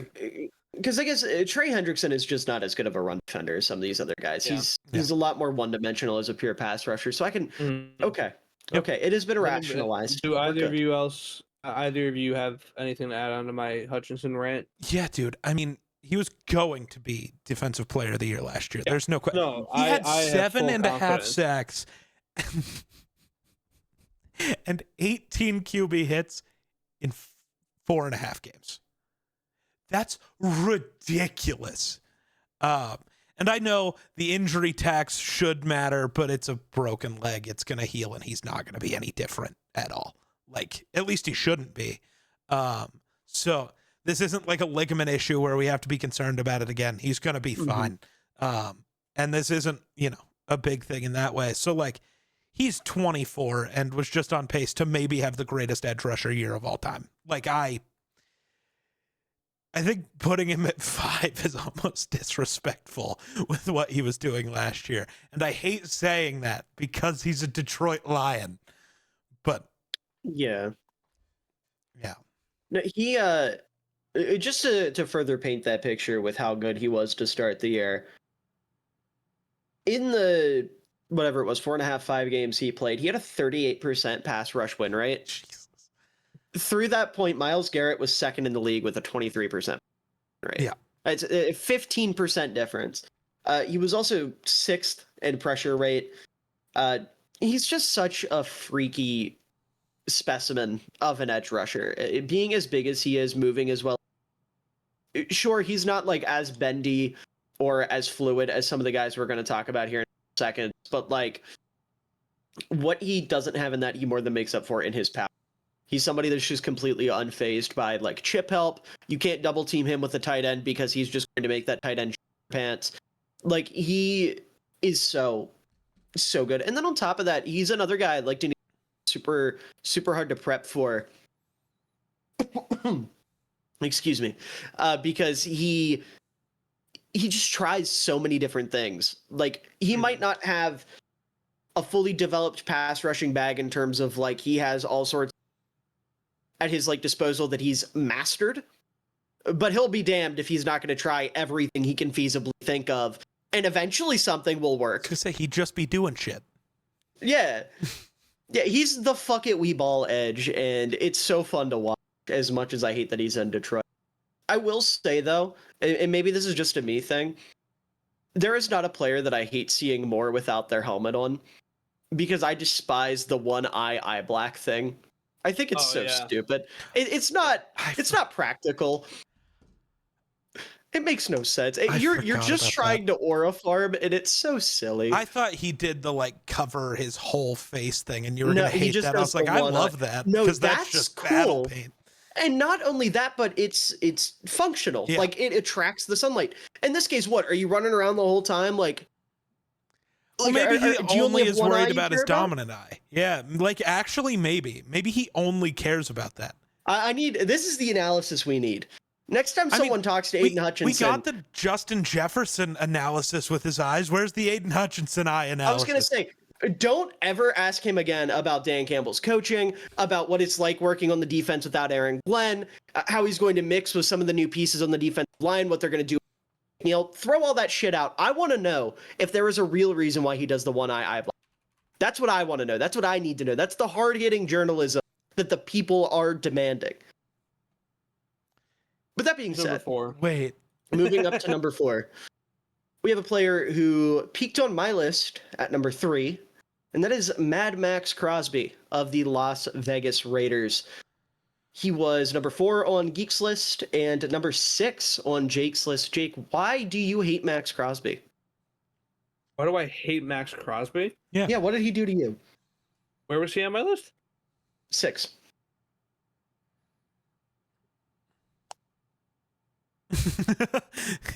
He doesn't know. He is not a knower. I'm looking at it right now. It was 6.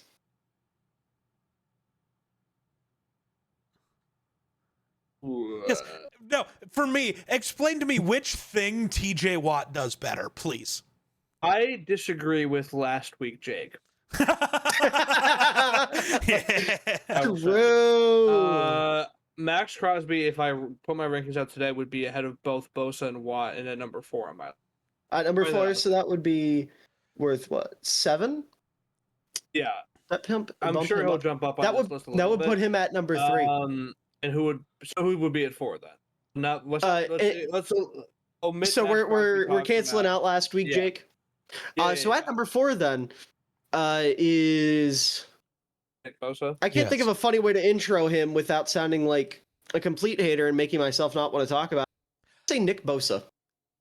So speaking of being a complete hater, it was for entirely non-football reasons that I really strongly considered putting him at 7 and everybody else moving up a spot. But I chose not to do that. I chose to stick to the footballs. And you had him at 3, I had him at 4, Jake had him at 5. Yeah. But I guess in this new world he would be down to what, 6? Because he'd be moved down one spot. Yeah. Or what? For me or for Jake? Jake. Oh, okay. With moving Crosby. Gotcha. Yeah, so regardless, it's Bosa.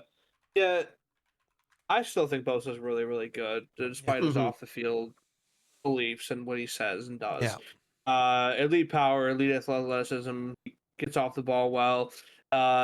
Great technique, is disruptive in both the pass rush, run defense.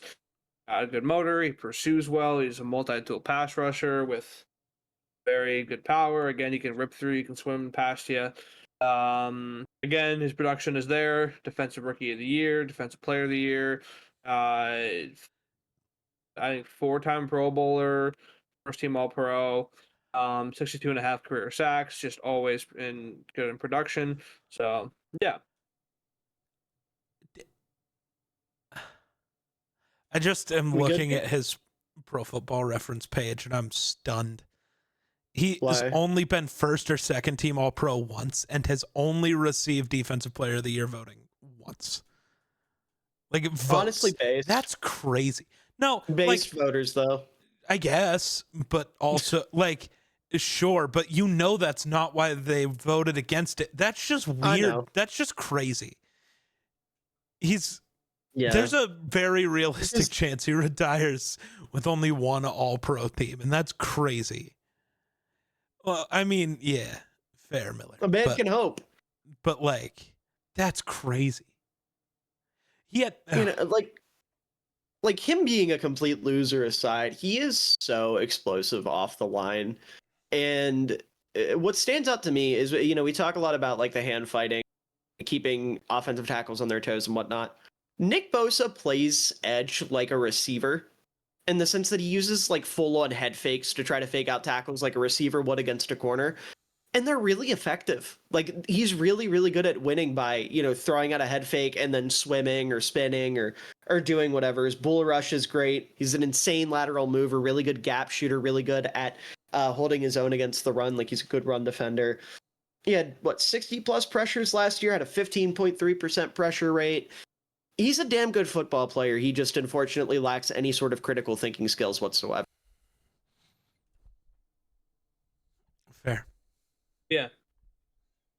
Now can we talk about Max Crosby? I was going to say, moving on now to last week, Jake's least favorite human alive, apparently.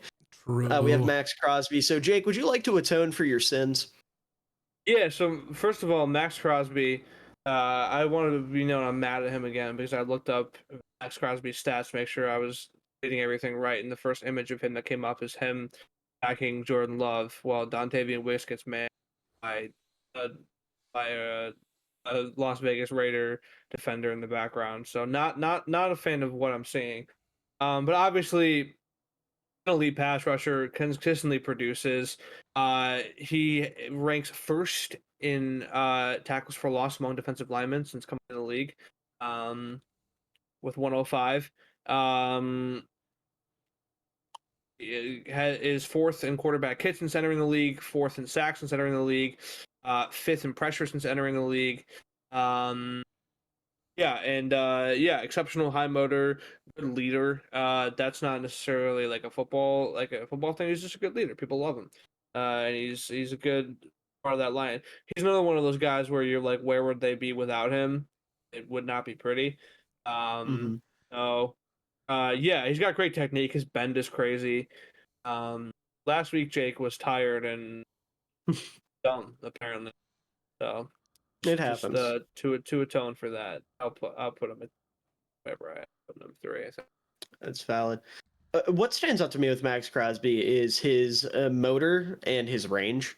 Like, this dude wants it more than everyone on the field at all times. He pushes himself beyond his limits so consistently, and it makes him such a difficult guy to block because he's going to get those second, third, maybe even fourth effort sacks. He's going to chase down your quarterback in pursuit. There was a play, was it last year? I think he chased down Lamar in open field and managed to bring him down. There might be one player on the planet that can do that from the defensive end spot.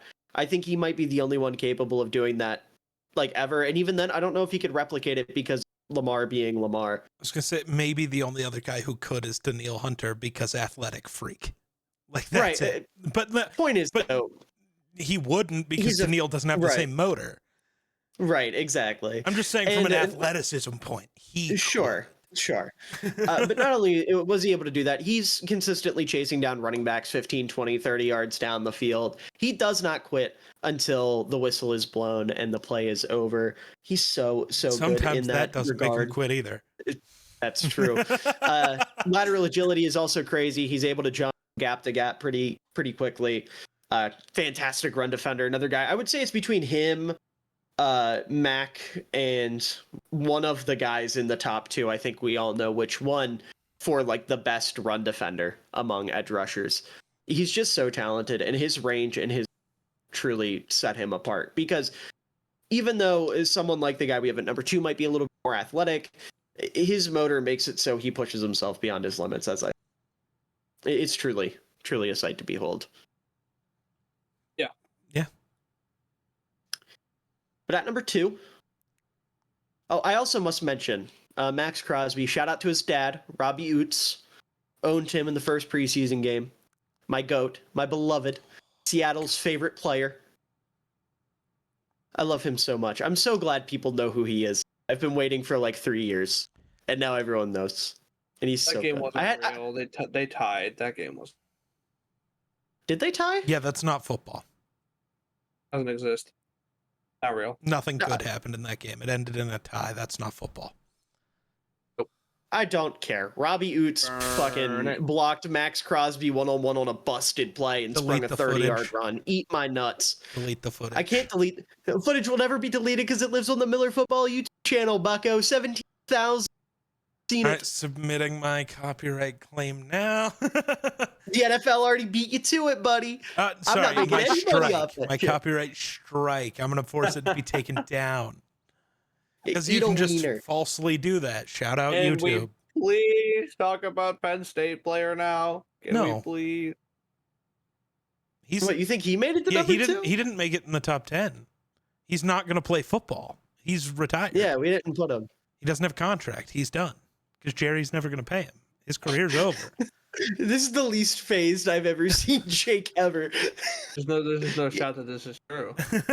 Yeah, no. At number 2, we do have Micah Parsons. So I'm Jake, talking about Abdul Carter. I'm kidding. Like, he was so good in the first preseason. Come on. yeah. Anyway, Micah Parsons. Yeah, I mean, despite the fact that Jerry Jones is an absolute moron, he's a very good player.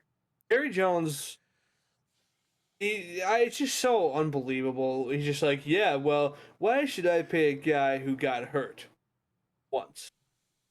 Riddle me that. Why does he deserve any money? He got hurt once. Clearly, he's not dependable. Anyway, Micah Parsons, elite pass rusher, athletic, smart, versatile. Obviously, play a little bit of off ball at Penn State, just like Abdul Carter did. They kind of do that with their edge rushers. Not really sure why. But he can play a little bit of off ball if he needs to. He's fast. He's a great run defender. His tackle range is insane. Defensive Rookie of the Year. He's got multiple first-team All-Pro selections, including as a rookie. 4 Pro Bowls, 52.5 sacks, 256 tackles. He's a tackling machine. He's just so athletic, so fast. His bend is so crazy. His technique is good. There's not. You can't say enough about future Green Bay Packer Michael. Can't wait. All right, that'll be the end of this episode, folks. This will not be see the end of the light of day. The Run the North podcast. That's crazy. That's disgusting. I can manifest as much as I want. He's not going to get traded regardless. Yeah, what would you do if you got get traded to traded. Chicago? What would you do? What I do? Yeah, because remember, this happened with Khalil Mack. The Packers were supposed to get him, and then the Bears swooped in at the last second, outbid him, and stole Khalil Mack out from under him. Wasn't enough in NFL transactions at that point to care. But I'm saying, in this scenario, where it happens with Micah, I would be, you know what? I would come out feeling pretty positive. Because that would mean that a Penn State player who I deeply love got free of the clutches of Jerry Jones and gets to play for a real football team. he gets to touch Jordan Love at least twice a year. That would be okay with me. I would be overjoyed if Micah Parsons touched Jordan Love 7 times now. You know what? I'm just now realizing, given Micah Parsons' history, maybe that's not the right phrase to use, because it's not as funny with him as it would be with someone that doesn't have his history. So what is the group crash out gonna be when he's a Lion? Well, there's no crash out because when he's a Lion, we just bring up the locker room in State. Ah, true. I was gonna say, That's real. if he's a Lion, I'm gonna be like, are we even sure he went to Penn State? Do we even know that for a fact? Like, I was gonna say, if Micah I just Parsons know he goes was in to a a team locker you room don't like, at Penn State once. That's all I know for sure. I was gonna say, but was he a visitor? We don't know. It just yeah. But no, pretty sure he he's played for Ohio State. he's a freak. Was second in pass rush win rate last year, 20.2%. Had 70 pressures and led the league pressure rate despite missing 4 games last year. First step's great. Wins with power despite being a little bit undersized at 235, 240. He's a freak. He's just an absolute monster. We all had him at number 2. Geek wants to say something. He's also probably the only guy on this list who could have been on the next list we're going to talk about. Very true. Very true. Yeah, Actually, no. Khalil Mack could have. No. Bobby Wagner made Jake's list. Okay, Geek. well, all he yeah, cares but about what- is downhill run defense. Yeah, but what Jake is talking about is unimportant. Jake apparently doesn't know what the linebacker position is. I don't know what's going on over there. I don't know what the green but, man is Micah- doing. Mike is very That good. didn't feel like a. Well, listen, Jake. It's okay. It's okay. I'm about to say something. I'm gonna say something much nicer. Because at number 1, as we all know, the consensus, Ron the North, number 1 edge rusher in football, the man, the myth, the legend. He needs no introduction. Austin Booker. Yeah. Yeah. Woo! Kansas legend. Just a tremendous motor. Absolutely killed it the first preseason game against. I was gonna say Miami. I'm including preseason week 1 in my rankings, so Austin Booker. Oh, well, if we're Yeah, doing yeah, that, then actually Gabriel Murphy should be in the top 3. Sure, but Austin Murphy, Booker had a 38% pass rush win rate, had Sure. 3.5 sacks, a forced fumble.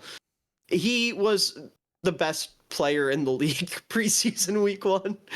If we're doing this by preseason week 1 edge rusher power rankings, Austin Booker is absolutely number 1. But if we're doing this by who we think is going to be the best edge rusher in football next year, it is obviously Myles Garrett, who at this point the question isn't, is he the best edge rusher? My fucking mic cut out. The question with Myles Garrett now is not, is he the best edge rusher in the league? It's, where does he rank all time? Yep. Because this is an all-time great at this point. He is Yep. one of the best edge defenders in NFL history. No, he's the best. He's the only edge rusher who's ever hit a crossover like it's a fucking basketball game during a real football game. Dude, the clips of him lining up over top of centers are the greatest things ever. Because the funny part is that he doesn't even do it like during the play. He just does it as like a "I'm gonna get you" move. You know, It's an like intimidation tactic. He's straight up like he does it. I'm going to cross you over. There's nothing you can do about it. The center will like look down at the ball and be like, "Okay, get ready to snap it." He'll look up at Myles Garrett's like, "Ooh." He's like, "Oh." Real. He's a freak, man. He's Just for numbers' sake, real quick. Led the league in pass rush win rate with a 23.1%, fourth in pressure rate with 18.6%, and he was third in pressures. I don't know why I don't have the number, but incredible pass rusher. Probably the best. Again, it's between him, Khalil Mack, and Max Crosby for the best run defending edge. Freak of nature. yeah. Last year was his 7th straight double-digit sack season, and he led the league in tackles for loss. This is nothing new. Ridiculous. Is he? Question. Uh-huh.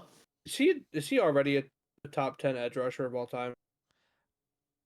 I feel like I'd have to sit and think about it, but I feel like there's definitely an argument to be made. I think top 15 is probably the lowest I'd have. I'm So trying I to figure think of he's who been I'm in the putting league- above him currently.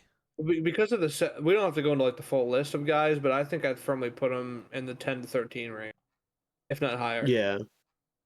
I was gonna I say, think because like he's pretty offhand, firmly top 10. because I figure offhand you've got Bruce Smith, Reggie White, Peppers, Lawrence Taylor, No, DeMarcus Ware. I know Lawrence I Taylor's a piece refuse. of shit. I'm not but, like, gonna. I'm not gonna put him there. He Okay. doesn't deserve it. Okay, Fuck him. so exclude him. Then like DeMarcus Ware, Jared Allen's probably up there. Strahan. This list I'm looking at has Jason Taylor in the top 10. That's why I'm saying if we're doing that, he's there. That's not a shot at Jason Taylor. I'm just. Here's a question for Geek specifically, because I think I know exactly what he's saying. He's not going to think twice about it. All time, Garrett or JJ Watt? JJ Watt. Yeah. The peak of I JJ don't Watt is the disagree, best defensive player who's ever played football.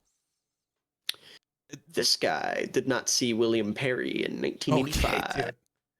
The most overrated defensive player of all I was time. gonna say he's not any good at defense. He's a better fullback. Well, no, that's not true. William Perry was a good defender, but he was Sure. like the fifth best It was a player on joke, that defensive man. It was a line. joke. But No, I'm just saying it's funny to me because everyone thinks of Perry, but he was like literally the fifth best player on that defensive line that year. Yeah. Anyway, Myles Garrett, great, and the best edge rusher in the league, gets his bag. So, And not the only all-time player we're going to talk about, I don't think. yeah. So let's move on to the linebackers. There are no and this is where it all-time gets- greats at I'm linebacker. assuming there are a ton of honorable mentions. 1, At 2, some point 3, today 4, before the show that 5. we had 17 different players ranked. Yeah, we have 7 honorable mentions at linebacker. Yep. Just rip We're through them. gonna- We're not gonna be able to talk through all I was of gonna them. say, Yeah. So we have 2 guys who got 1 point each. In Leo Chanel, who was at number 10 for Geek, and Terrell Bernard, Wow. who was at number 10 for me. Okay. I love the Leo Chanel shout, but unfortunately he couldn't cover me, so like he did not make my list, unfortunately. Yeah, neither could. Never mind. Unreal run defender though. Yeah. Just absurd run defender. You can line him up at nose tackle and he's winning. And then Terrell Bernard is the reason I had him on my list. Just one of the smartest players in the entire league. Just super instinctive, super athletic. And then we had Nick Bolton and Devin Lloyd, who both were in 9th place. Lloyd was for Jake. Bolton was for Geek. Devin Lloyd also could not cover me, which is why I did not even kind of consider He's him. not even the best linebacker on his own team. This guy got his Chad Muma propaganda. Yes, sir. Not the name I would have thought of. I just know you. Yeah. But I mean, if we're saying Muma, then he's LB3 because Foye. Yeah. No, I know what you were Foye is thinking. yeah. I just have to give my Chad Muma shout. Yeah. I And just then- realized the linebacker I forgot. Who? Who do you think? Oh, Logan Wilson? Yeah. You would have been the only one to include him. That's also insane. He didn't play football last year. Don't care. There's not a thing Devin Lloyd does better. Oh, or well, Nick Bolton. I don't disagree. I like Nick Bolton, but like he's not better at anything. That's, Do you I'm so upset at myself. moving on then. Yeah. The guy that I think casuals will be mad we don't, and I need Jake to explain himself. Bobby Wagner, who ended up at 7 on his list. Jake. Explain. I disagree with 2 hours ago, Jake. Real. Real. No, I'll accept that. I'll accept that. I would keep Wagner on my list, but I think 7's a little rich. Okay. Fair. I'm not gonna move him just for the sake of complicating things today. But I Mhm. will say I might drop him a little bit, just personally. However, I do think he had an underrated impact. I think I have no idea what Jake just tried to say. It completely cut out. I heard underrated, and then it I think sounded he like had there's underrated impact on the Commanders' defense last year. I think yeah. he was a bigger piece of it than people give him credit for. I think he's great downhill, great run defender still. The coverage obviously isn't great because he's old. Yeah. And mobile, but I do think there is something to be said about a linebacker being able to be as good in the run as he is. For sure, and I don't inherently disagree with that, but I mean, when you're that old and you're just a complete non-factor at this point in the league's lifespan, I think it's time to pack him up. But he definitely, from a leadership perspective, was very, very important. And then last 2 honorable mentions here. One guy that you two had, one guy that I had. The guy that you two had was Edge Cooper of the Green Bay Packers, who ended up at 10 on Jake's list and at 8 on Geek's list. Wow, that's great. Was off the list by 1 point. You should have put him at 9, Jake. I guess I should have. I got too scared about you guys crashing on about him being a rookie and stuff. I was gonna say that's why I didn't have him on my list. But I mean, if we're here, check Miller back in a saw year, my I think Edge replacement, Cooper. and I will defend like who I swapped out for him, and I will defend that forever. I want to throw you through a table for that. By the way, TJ Edwards. I watched No. football last year. yeah, so did I. Apparently not. Now, apparently you didn't, bud. Okay. Okay. Wait, why don't I get to know who you're talking about? I'm Because sure you will he in a made second. the list. He Oh, made he's on the list. Okay, Yeah. okay. Yeah. And then the other honorable mention was I had at 7, and that was Jordan Brooks of the Miami Dolphins. One of the more underrated players in the league, period, in my opinion. That's a good poll. Absolute freak downhill, and then also very, very smart in coverage. Also, I think you both also just forgot about Logan Wilson because he played 11 games last year. Was it the year before that he didn't He's play? never missed an entire season.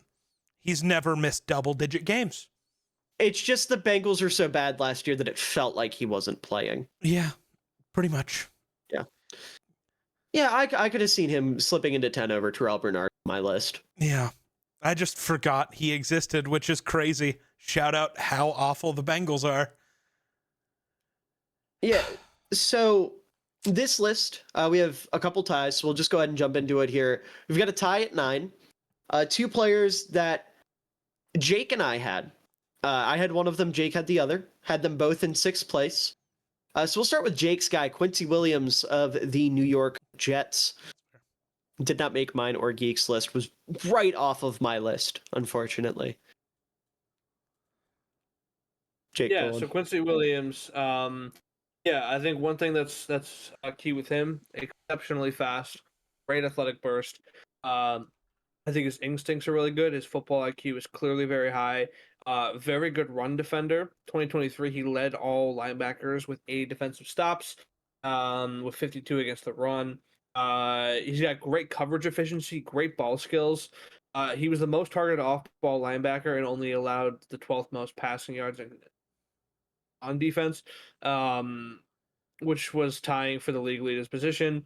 With 5 passes defended. So yeah, overall, I think his ball skills are really good. His coverage efficiency is really good. Yeah, he either last year or the year before he was an All-Pro. I forget which year it was, but he's been an All-Pro. I'm I'll almost double check for you. 99% positive of that. Yeah, he's Weaknesses, definitely consistency in coverage. Yeah, his coverage numbers dipped a little bit last year. He was first team All-Pro in 23, just for reference. Yeah, that makes sense. His tackling wasn't great last year. Earlier in his career, he struggled with over pursuing a lot. But I think these past couple of years, he's really gotten better. Yeah, again, good ball skills, high football IQ, insane athlete. I think his coverage is getting a lot better. Yeah, and then the other player that I had on my list that I will fight Geek over is Demario Davis, who I just need Wow. what was wrong with Demario Davis last year? Because he was just as good in coverage. He took a Yes, step he back in was. every single thing he did. No, he didn't. Okay. Listen, the only thing that's wrong with him right now is he's always been he's never been a tremendous run defender. And yeah, his run defense got a little bit worse, but not worse enough to the point where I'm like, oh yeah, Demario Davis sucks now. It was enough where he's not in my top 3 anymore. I didn't say he but sucks. He's still I'm just saying he's still an incredible coverage linebacker. He still has the fluidity and the athleticism to play sideline to sideline. 36 and took steps back last year. I'm out. I'm so out. He's the oldest linebacker in football and taking steps back. That's not going to last. And now he's who's coaching his defense now? I don't care. I do. That's gonna matter. What's been around him has never mattered his entire career. He's played behind mediocre defensive lines pretty much. I didn't say defensive line. I said, who's his defensive coordinator? I wasn't done talking. You're cutting me off. He's played behind mediocre defensive lines, and the talent around him has never been that great, and the coaching has never been able to elevate the talent to the point where it has mattered for him. He has always consistently been one of the best coverage linebackers in football. And he took a step back in run defense, but in coverage, he is still one of the best, if not the best, well, not the best, but at least one of the 5 best pure coverage linebackers in the sport. He still has all the athleticism that he has had. He's still one of the smartest linebackers in the league. I'm just saying, I'm exaggerating a little bit saying I think you're crazy for leaving him off, because I get it. You're doing the whole projection thing, and that's fine. Yeah, because will he be top 10 in the league this year? No. I can't say I agree. We'll see. I think his football IQ and his coverage ability are going to be to carry him. I have yet to see something that makes me think Demario Davis will not still be a great linebacker. Okay. Because the only thing he took a step back in is the thing that he is always worse at. Okay. So if he's regressing in the area of his game that I've never really cared that much about to begin with, because it's not what you have Demario Davis on your team for, then it doesn't matter to me nearly as much. Okay. But anyways, moving on to someone that Geek had at number 6. I had at number 9. Jake completely left off his list. You have Frankie Louvu of the Washington Commanders. Crazy. What The position actual is best on Commanders. the consensus? 8? On the consensus, he's number 8. Yes. Yeah, okay. I don't hate that.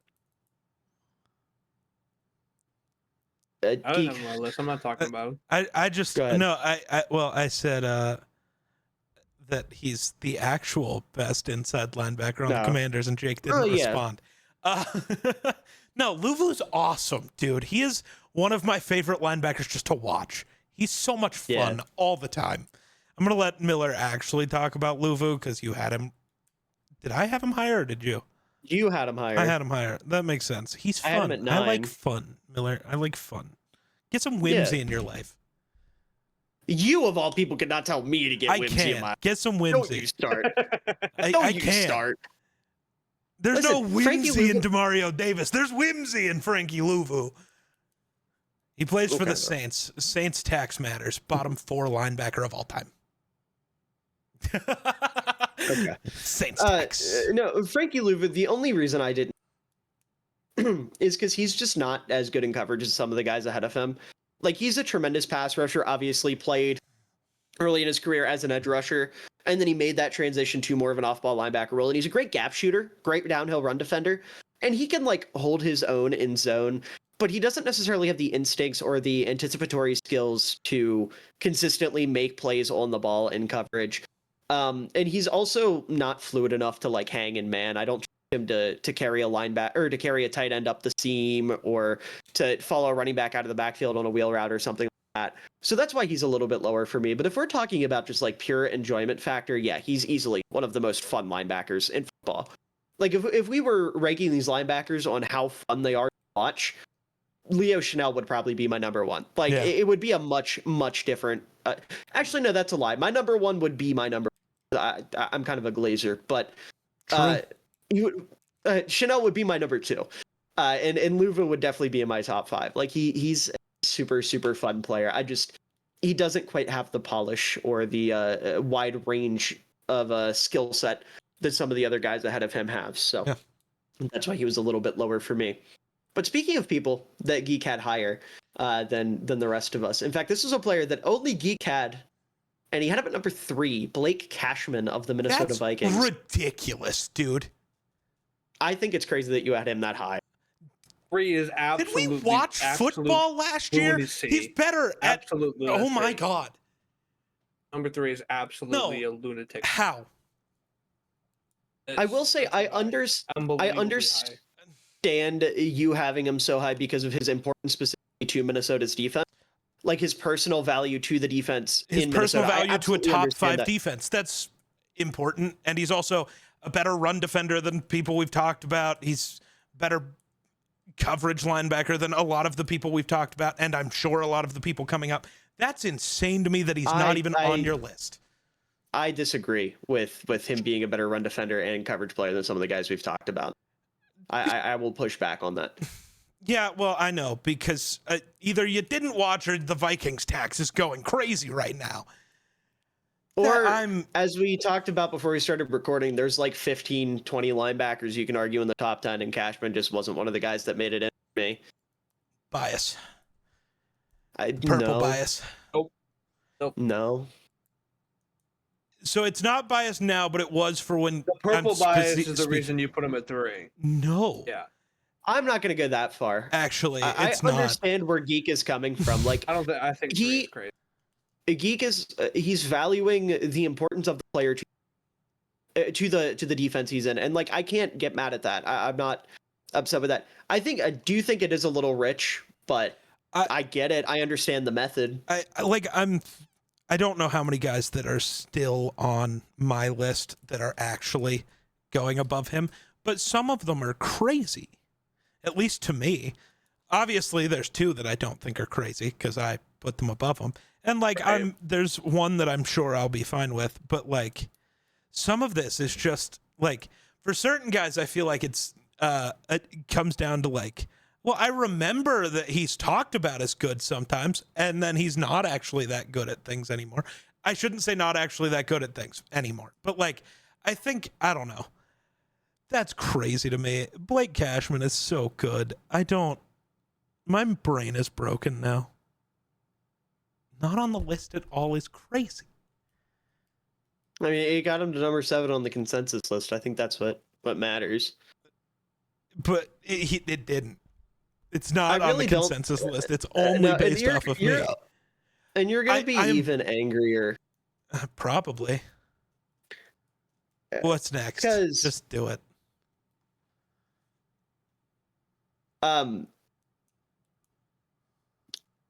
Oh, I suck. I mislabeled that. Technically speaking, Frankie Louvu should have been number 9. Oh. And then Demario Davis and Quincy Williams should have been tied at, as opposed to being tied at 9. So just because I mislabeled, gotcha.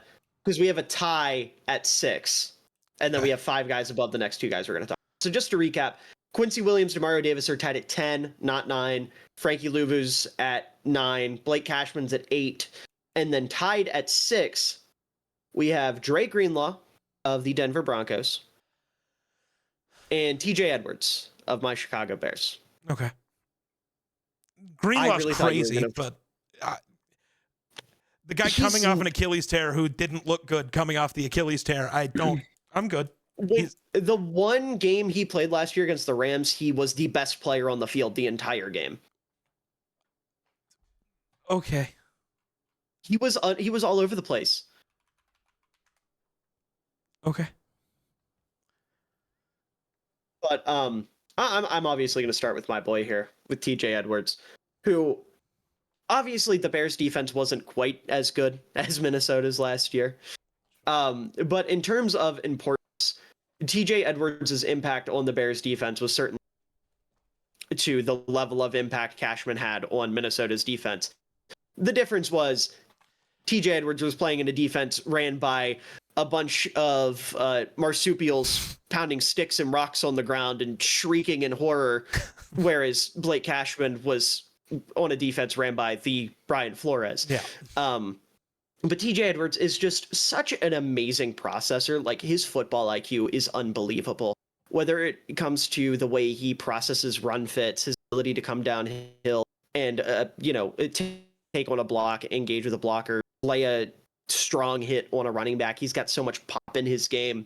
And then in coverage, his ability to read quarterbacks, to read and react to what's going on, his anticipation on routes, and then also his just general feel in coverage. He has everything you want in a linebacker apart from like elite athleticism. And where he lacks in athletic tools, he more than makes up for it in that process. Right play time, every single play. You don't need to be fast to catch up. And it's really funny because I see so many people talk about Tremaine Edmonds as like the best linebacker in Chicago's linebacker room. And I love Tremaine. Don't get me wrong. He gets the highlight plays. He makes like the huge hits, the big picks and whatnot. And I get that he's like a giant athletic freak. He's not half the linebacker that TJ Edwards is. It's like night and day watching the two of them. I still think Tremaine's but he's just not like even a quarter of TJ Edwards downhill, and then in coverage, he's not as good either. So, you want me to be honest? What? I didn't forget about him. I was thinking of putting him at 9 or 10, and then I totally was just like, but fuck the Bears and put the other 2 guys instead.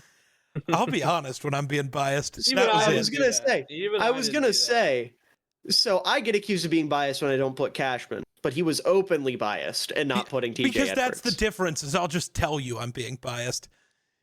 I'm not being biased. No, I completely believe all 10 of the guys are put. That's I will say, if you would have put him at 9, if you would have put him at 9, he would have been a top 5 linebacker on this list. Yeah, I know.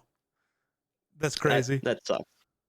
But no, he's so good. That's like tough. Even Geek, even with the bias, you have to admit. No, like, he's great. Linebacker. TJ is great. I think realistically, there's only Yeah. a solid top 2 when it comes to linebackers, and then everything else is kind of whatever. Yeah, and that's the way I was operating. Absolutely. Just if you gotta be I that would mad argue over that Demario Davis, I gotta be that mad yeah. about. And that's Actually, fair. gonna be mad about Blake Cashman. I was gonna say, and like I was sitting here defending you when you were mad about Blake Cashman. No, I was just saying, it was if we're gonna be that mad about Demario Davis, I gotta be that mad about my guy. No, I was not mad about Demario Davis. I was mad about you watch football last year. Did That's you? what got me. Did you? Yes, I did. And I came away But with did you the watch fact that the Demario Davis Saints? is a really... That's the Yes, I difference. did. Nobody watched the Saints. Don't lie. Valente didn't even watch the Saints. Huh. Why would I, a Bears fan, watch every snap the Saints defense took last year? I wonder what reason I could have to have stock in the Saints defense last Got year, no clue. going back and watching the All-22 after the season ended. The Bears didn't take anybody from the Saints. I couldn't. There's no possible. No, Yeah, there's this guy doesn't know about Tanoa Kapassignon or however you say his name, the fucking defensive lineman beside. Sorry, Jake, go ahead. Dre Greenlaw's great in coverage. He's very athletic. He's got a good motor. Yeah, his coverage shows are great. His pursuit speed is great. He's a great tackler. Then obviously the injuries are kind of Dre Green. Yeah, I will say the I just want to say real quick on Dre Greenlaw, the injuries dropped him for me down to number 8. I did not have him as high as Jake, who had him at number 4. But even then, like Dre Greenlaw, when he's healthy, is, I would argue, you could say one of the 3 best linebackers in the sport, just between his instincts, his athleticism, and then his physicality coming downhill. Obviously coming off an Achilles tear, it's going to be a little bit diluted, but when he played in that Rams game, even if he didn't look as fast as he normally does, his processing was still so incredible, and he was in the right place at the time. So that I have no doubt that if we even get 75% of Dre Greenlaw back, that's still easily a top 5 to 10 line. So I don't have as many qualms with that injury. And again, I didn't super high on my list. It's just given the parity in the 3 lists, he ended up pretty high. I have qualms with Dre Greenlaw just always. So it wasn't even an injury thing. I was just going to leave him off my list no matter what. I don't like Dre Greenlaw. Why don't you like Dre He went Greenlaw? to the perfect team for who he is. Every Yeah, time I've ever watched him, he just is constantly late hitting people in the head. So I'm cool. He can go to where that makes sense. He gets to go work with Sean Payton. What about second Jonathan Vilma? But better. Sure, but I don't like him. And then also Achilles injury. That's why he's not on my list. That's the real reason, is the Achilles injury. But also, if I was thinking of putting him at 10, I just wouldn't have. Yeah. Moving to number 5, we have a player that Jake left off his list, but was very high on my list and was decently high on Geek's list. And by decently high, I mean in the bottom half of the top 10. And that is Levante David of the Tampa Bay Buccaneers, who I had at number 4. Geek, you would have had him at 7, I believe. Double check for me real quick, so I don't sound had like him an at idiot. 7. I'm gonna guess by Jake's reaction, he forgore Levante David. I would have put him in over Devin Lloyd had I redone this probably. Yeah. That would have tied him at 4 if you would have put him in over Devin Lloyd. See, the thing about that is, like, we talked about there being 17 guys. There are just dudes who slipped my mind when I was thinking. Sure, I mean, it happens. That happened to all of us. Solely because he's been as good as he has been. He's been very quiet as of late. Yeah, because he's not like a pick 6 superstar guy. So he was definitely one that slipped my mind. But yeah. The biggest compliment I can give Levante David is he is what the media wants you to think Bobby Wagner is. Yeah. This like ageless wonder that has not slowed down and is an elite linebacker still. Levante David is still a great downhill player that can also hang with just about anybody in coverage. Whereas Bobby Wagner couldn't guard Mercedes Lewis in coverage, and Mercedes Lewis is 74. Like, he is so good in terms of his athleticism in his 30s at this point, his sideline to sideline ability, his speed to get downhill. He has everything to his game. The one thing I will say is in run defense, he's starting to slip just the tiniest little bit because his size, like, he's just not a big linebacker. So he's not like bouncing off of blockers anymore or anything like that. But what he is doing to make up for that is he is doing a much better job at like avoiding contact and slipping blocks as opposed to taking them on head on to make plays. And I mean, if he continues to do that, he's not going to regress. So he's the ageless wonder at linebacker if we really want to talk him. Geek, I don't know if you have anything to add there. No. Yeah, I think you covered Levante David pretty well. All right, so at Who number is number 4, 4? this is one that, like, I'm not gonna lie. When I saw this on both of your lists ranked highly, I had like a small mental breakdown because I was like, did I forget how good this player was? And so I literally went down a rabbit hole for like 2 hours today trying to figure out what the fuck I was missing, and I couldn't figure it out, so I just left him off my list in hopes that one of you would enlighten me. Because everything I saw in the tape I went back and watched did not show me a top 5 linebacker, and that was Bobby Okereke for the New York Giants. Go ahead, Jake. E? Yeah, I'm done. I'm kind of over talking about linebackers, so you got this one.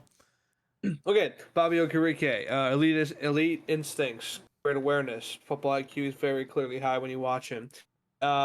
He's athletic, he's durable, he's smart, he's got good juice in the run game. I think a lot of my likes for him came during his Colts era. He's consistent. He's a good 3-down performer. He's an athletic tackler. He's got great coverage value. He's got good sideline speed. He recognizes flow very well. He's got a good wrap-up technique. He's a very competent zone defender. He's very good at filling in his zone. In the middle third of the field, I think he's very capable of locking that down completely. I think he does a good job at doing that.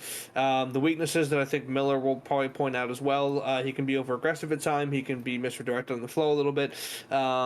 He's not very adaptable to new defensive schemes, and he gets hurt a lot. I was going to say, the big things for me are, number one, Okereke is someone that I liked a lot as someone that was getting better every year. He was showing like consistent linear growth.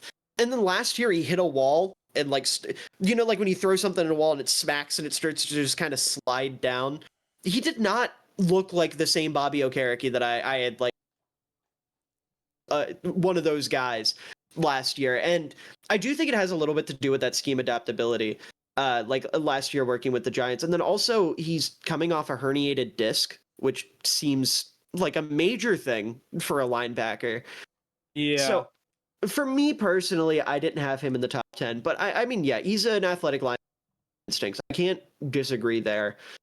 I'm just a little bit worried. And then also, the more I looked into it, the more I kept seeing these reports about how apparently no one likes him in New York. Like he just kept being described as having. I didn't know that. Yeah, no, I was gonna say I didn't expect either of you to because I had never heard. But apparently their last coaching or not their last coaching staff, but like their last DC Wink Martindale hated him, and then now with the current defensive staff, apparently they have described him as odd vibes pretty consistently, and they like tried to move him at the deadline last year and wanted him. Huh? It's weird. It was just really peculiar because I was like, did he? Because I was thinking like, okay, there's a graphic out there, right? Like he led the league in turnover, some sort of metric or statistic. Not for you, but I'm saying No. like I just feel like Your guys' mics today are something I don't know else. what's up with mine.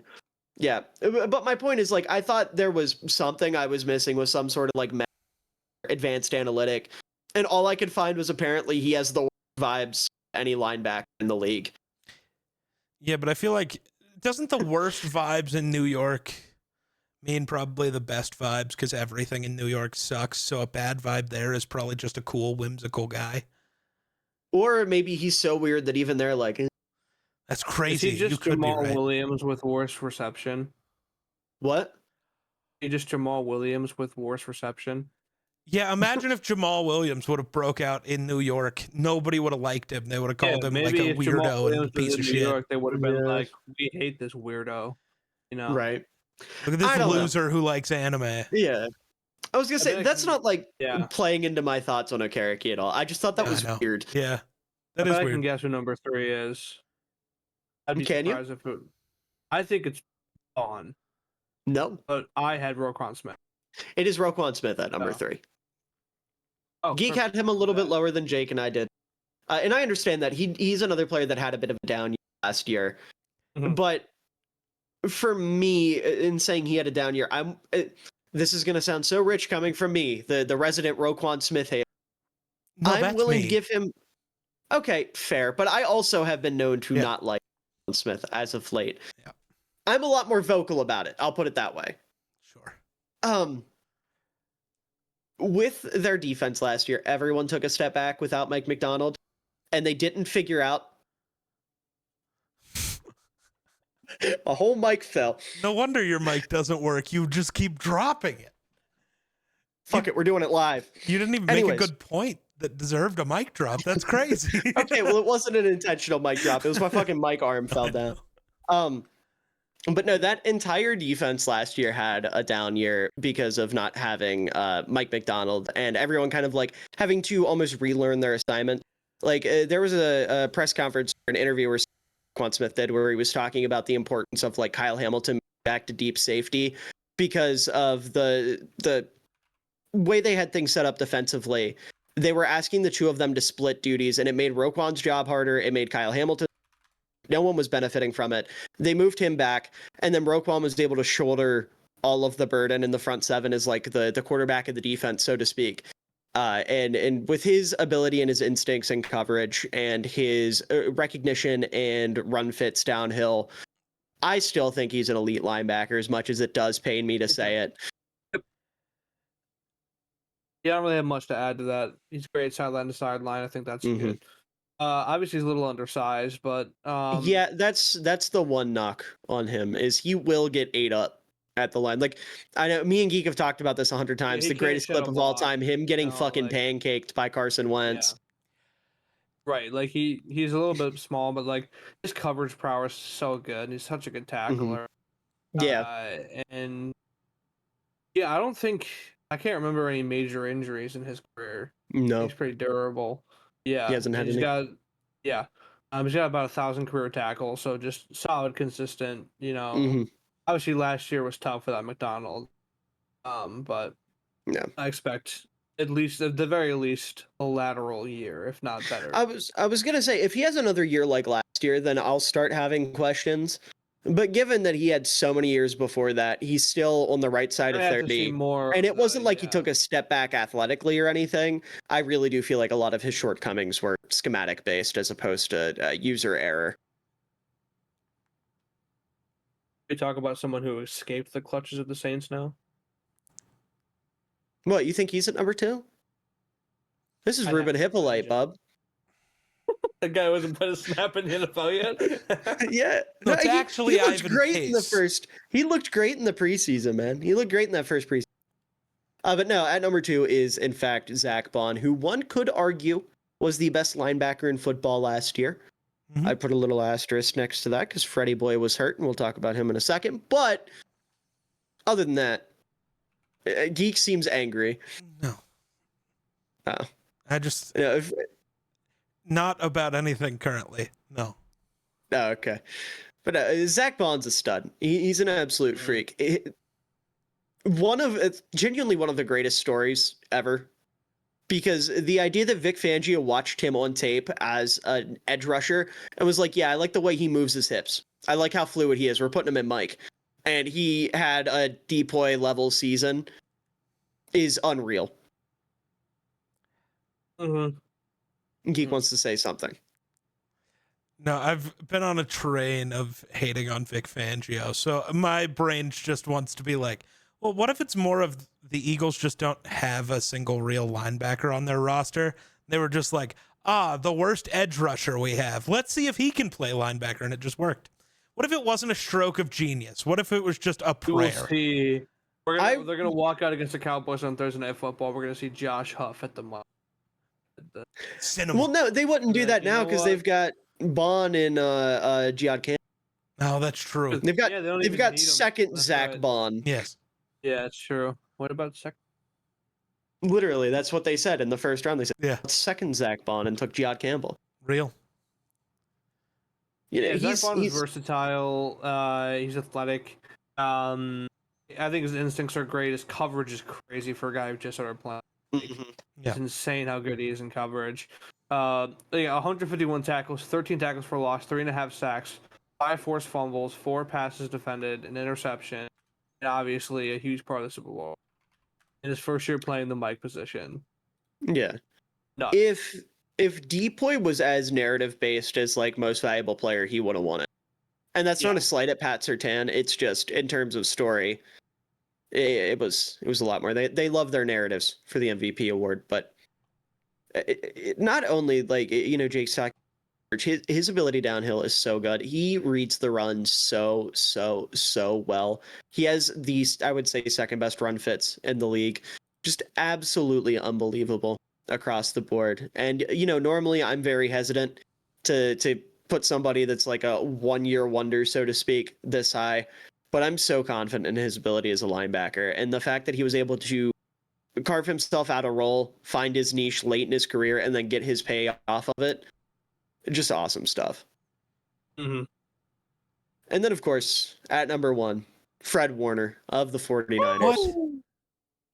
Not Ivan Pace? And I think, no, he's short.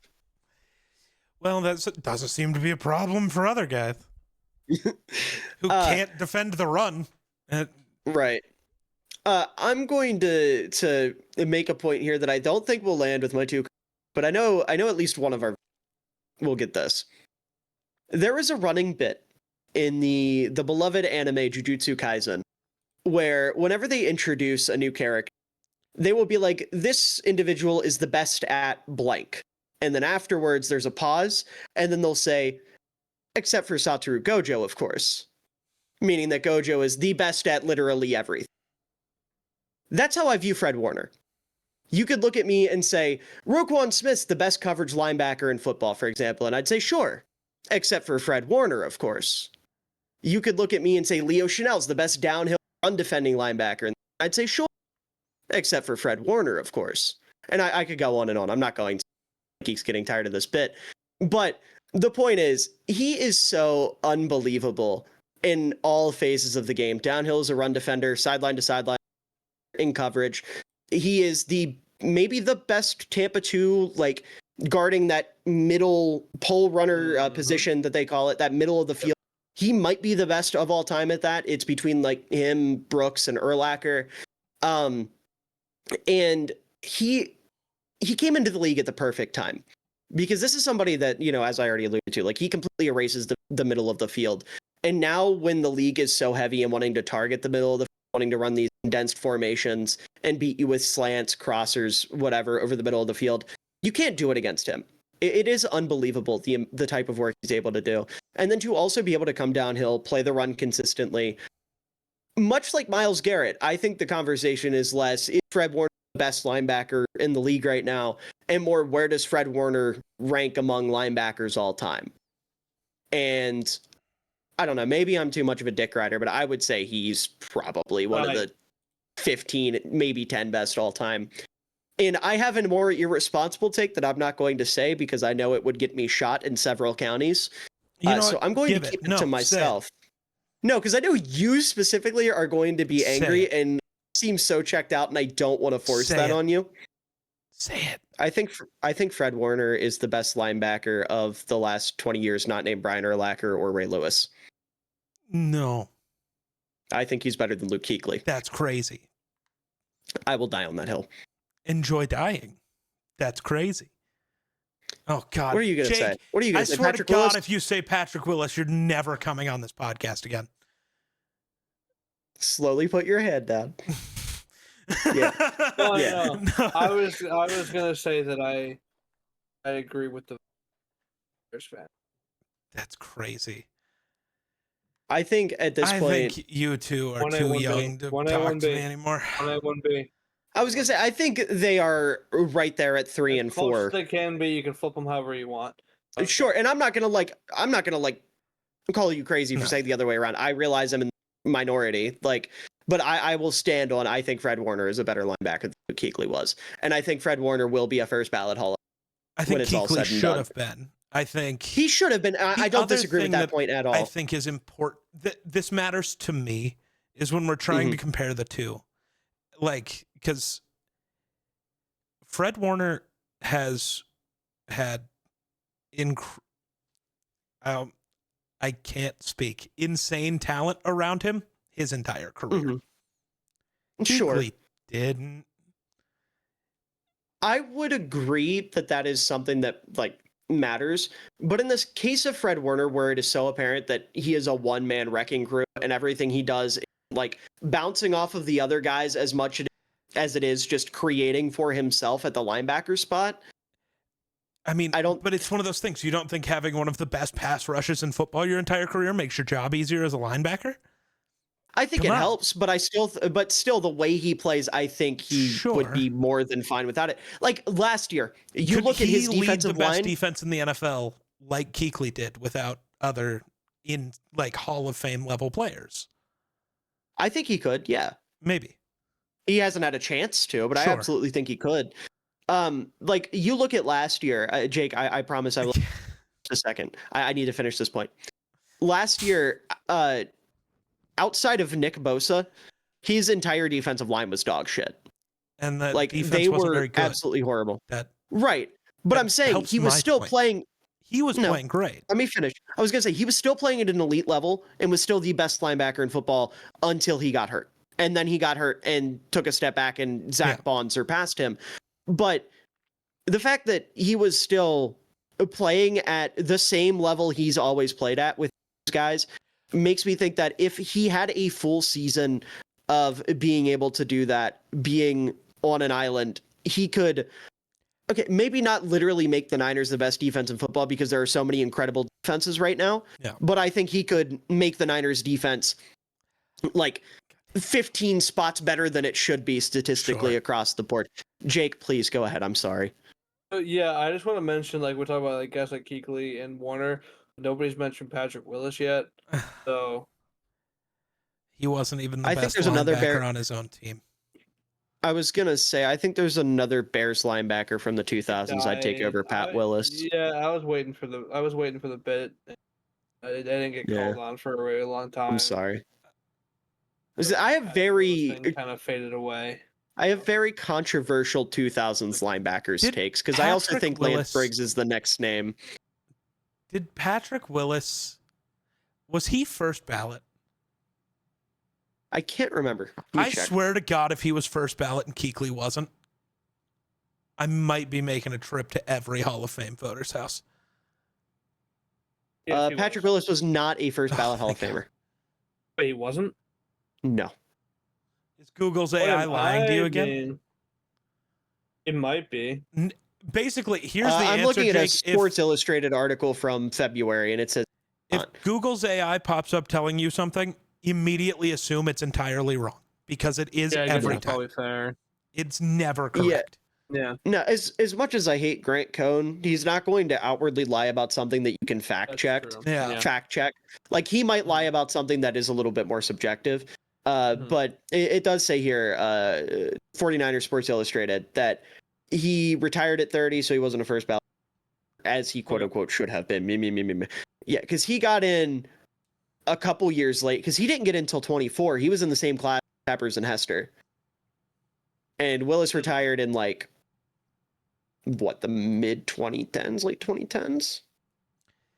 Something. Oh, I believe those are our linebacker rankings. That is our show. He retired in 2014. Yeah, so it took him a decade to get in. Yeah. That sounds right. Kuechly should have been first ballot. I'm upset. I don't disagree.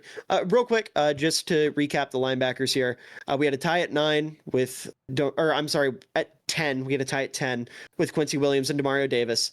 At 9, we had Frankie Louvu. At 8, we had Blake Cashman. We had a tie at 6 with TJ Edwards and Dre Green. Levante David at 5, Bobby Okereke at 4, Roquan Smith at 3, Zach Bond at 2, and my beloved Fred Warner at number 1, who is the best defensive player in football. No. There it is.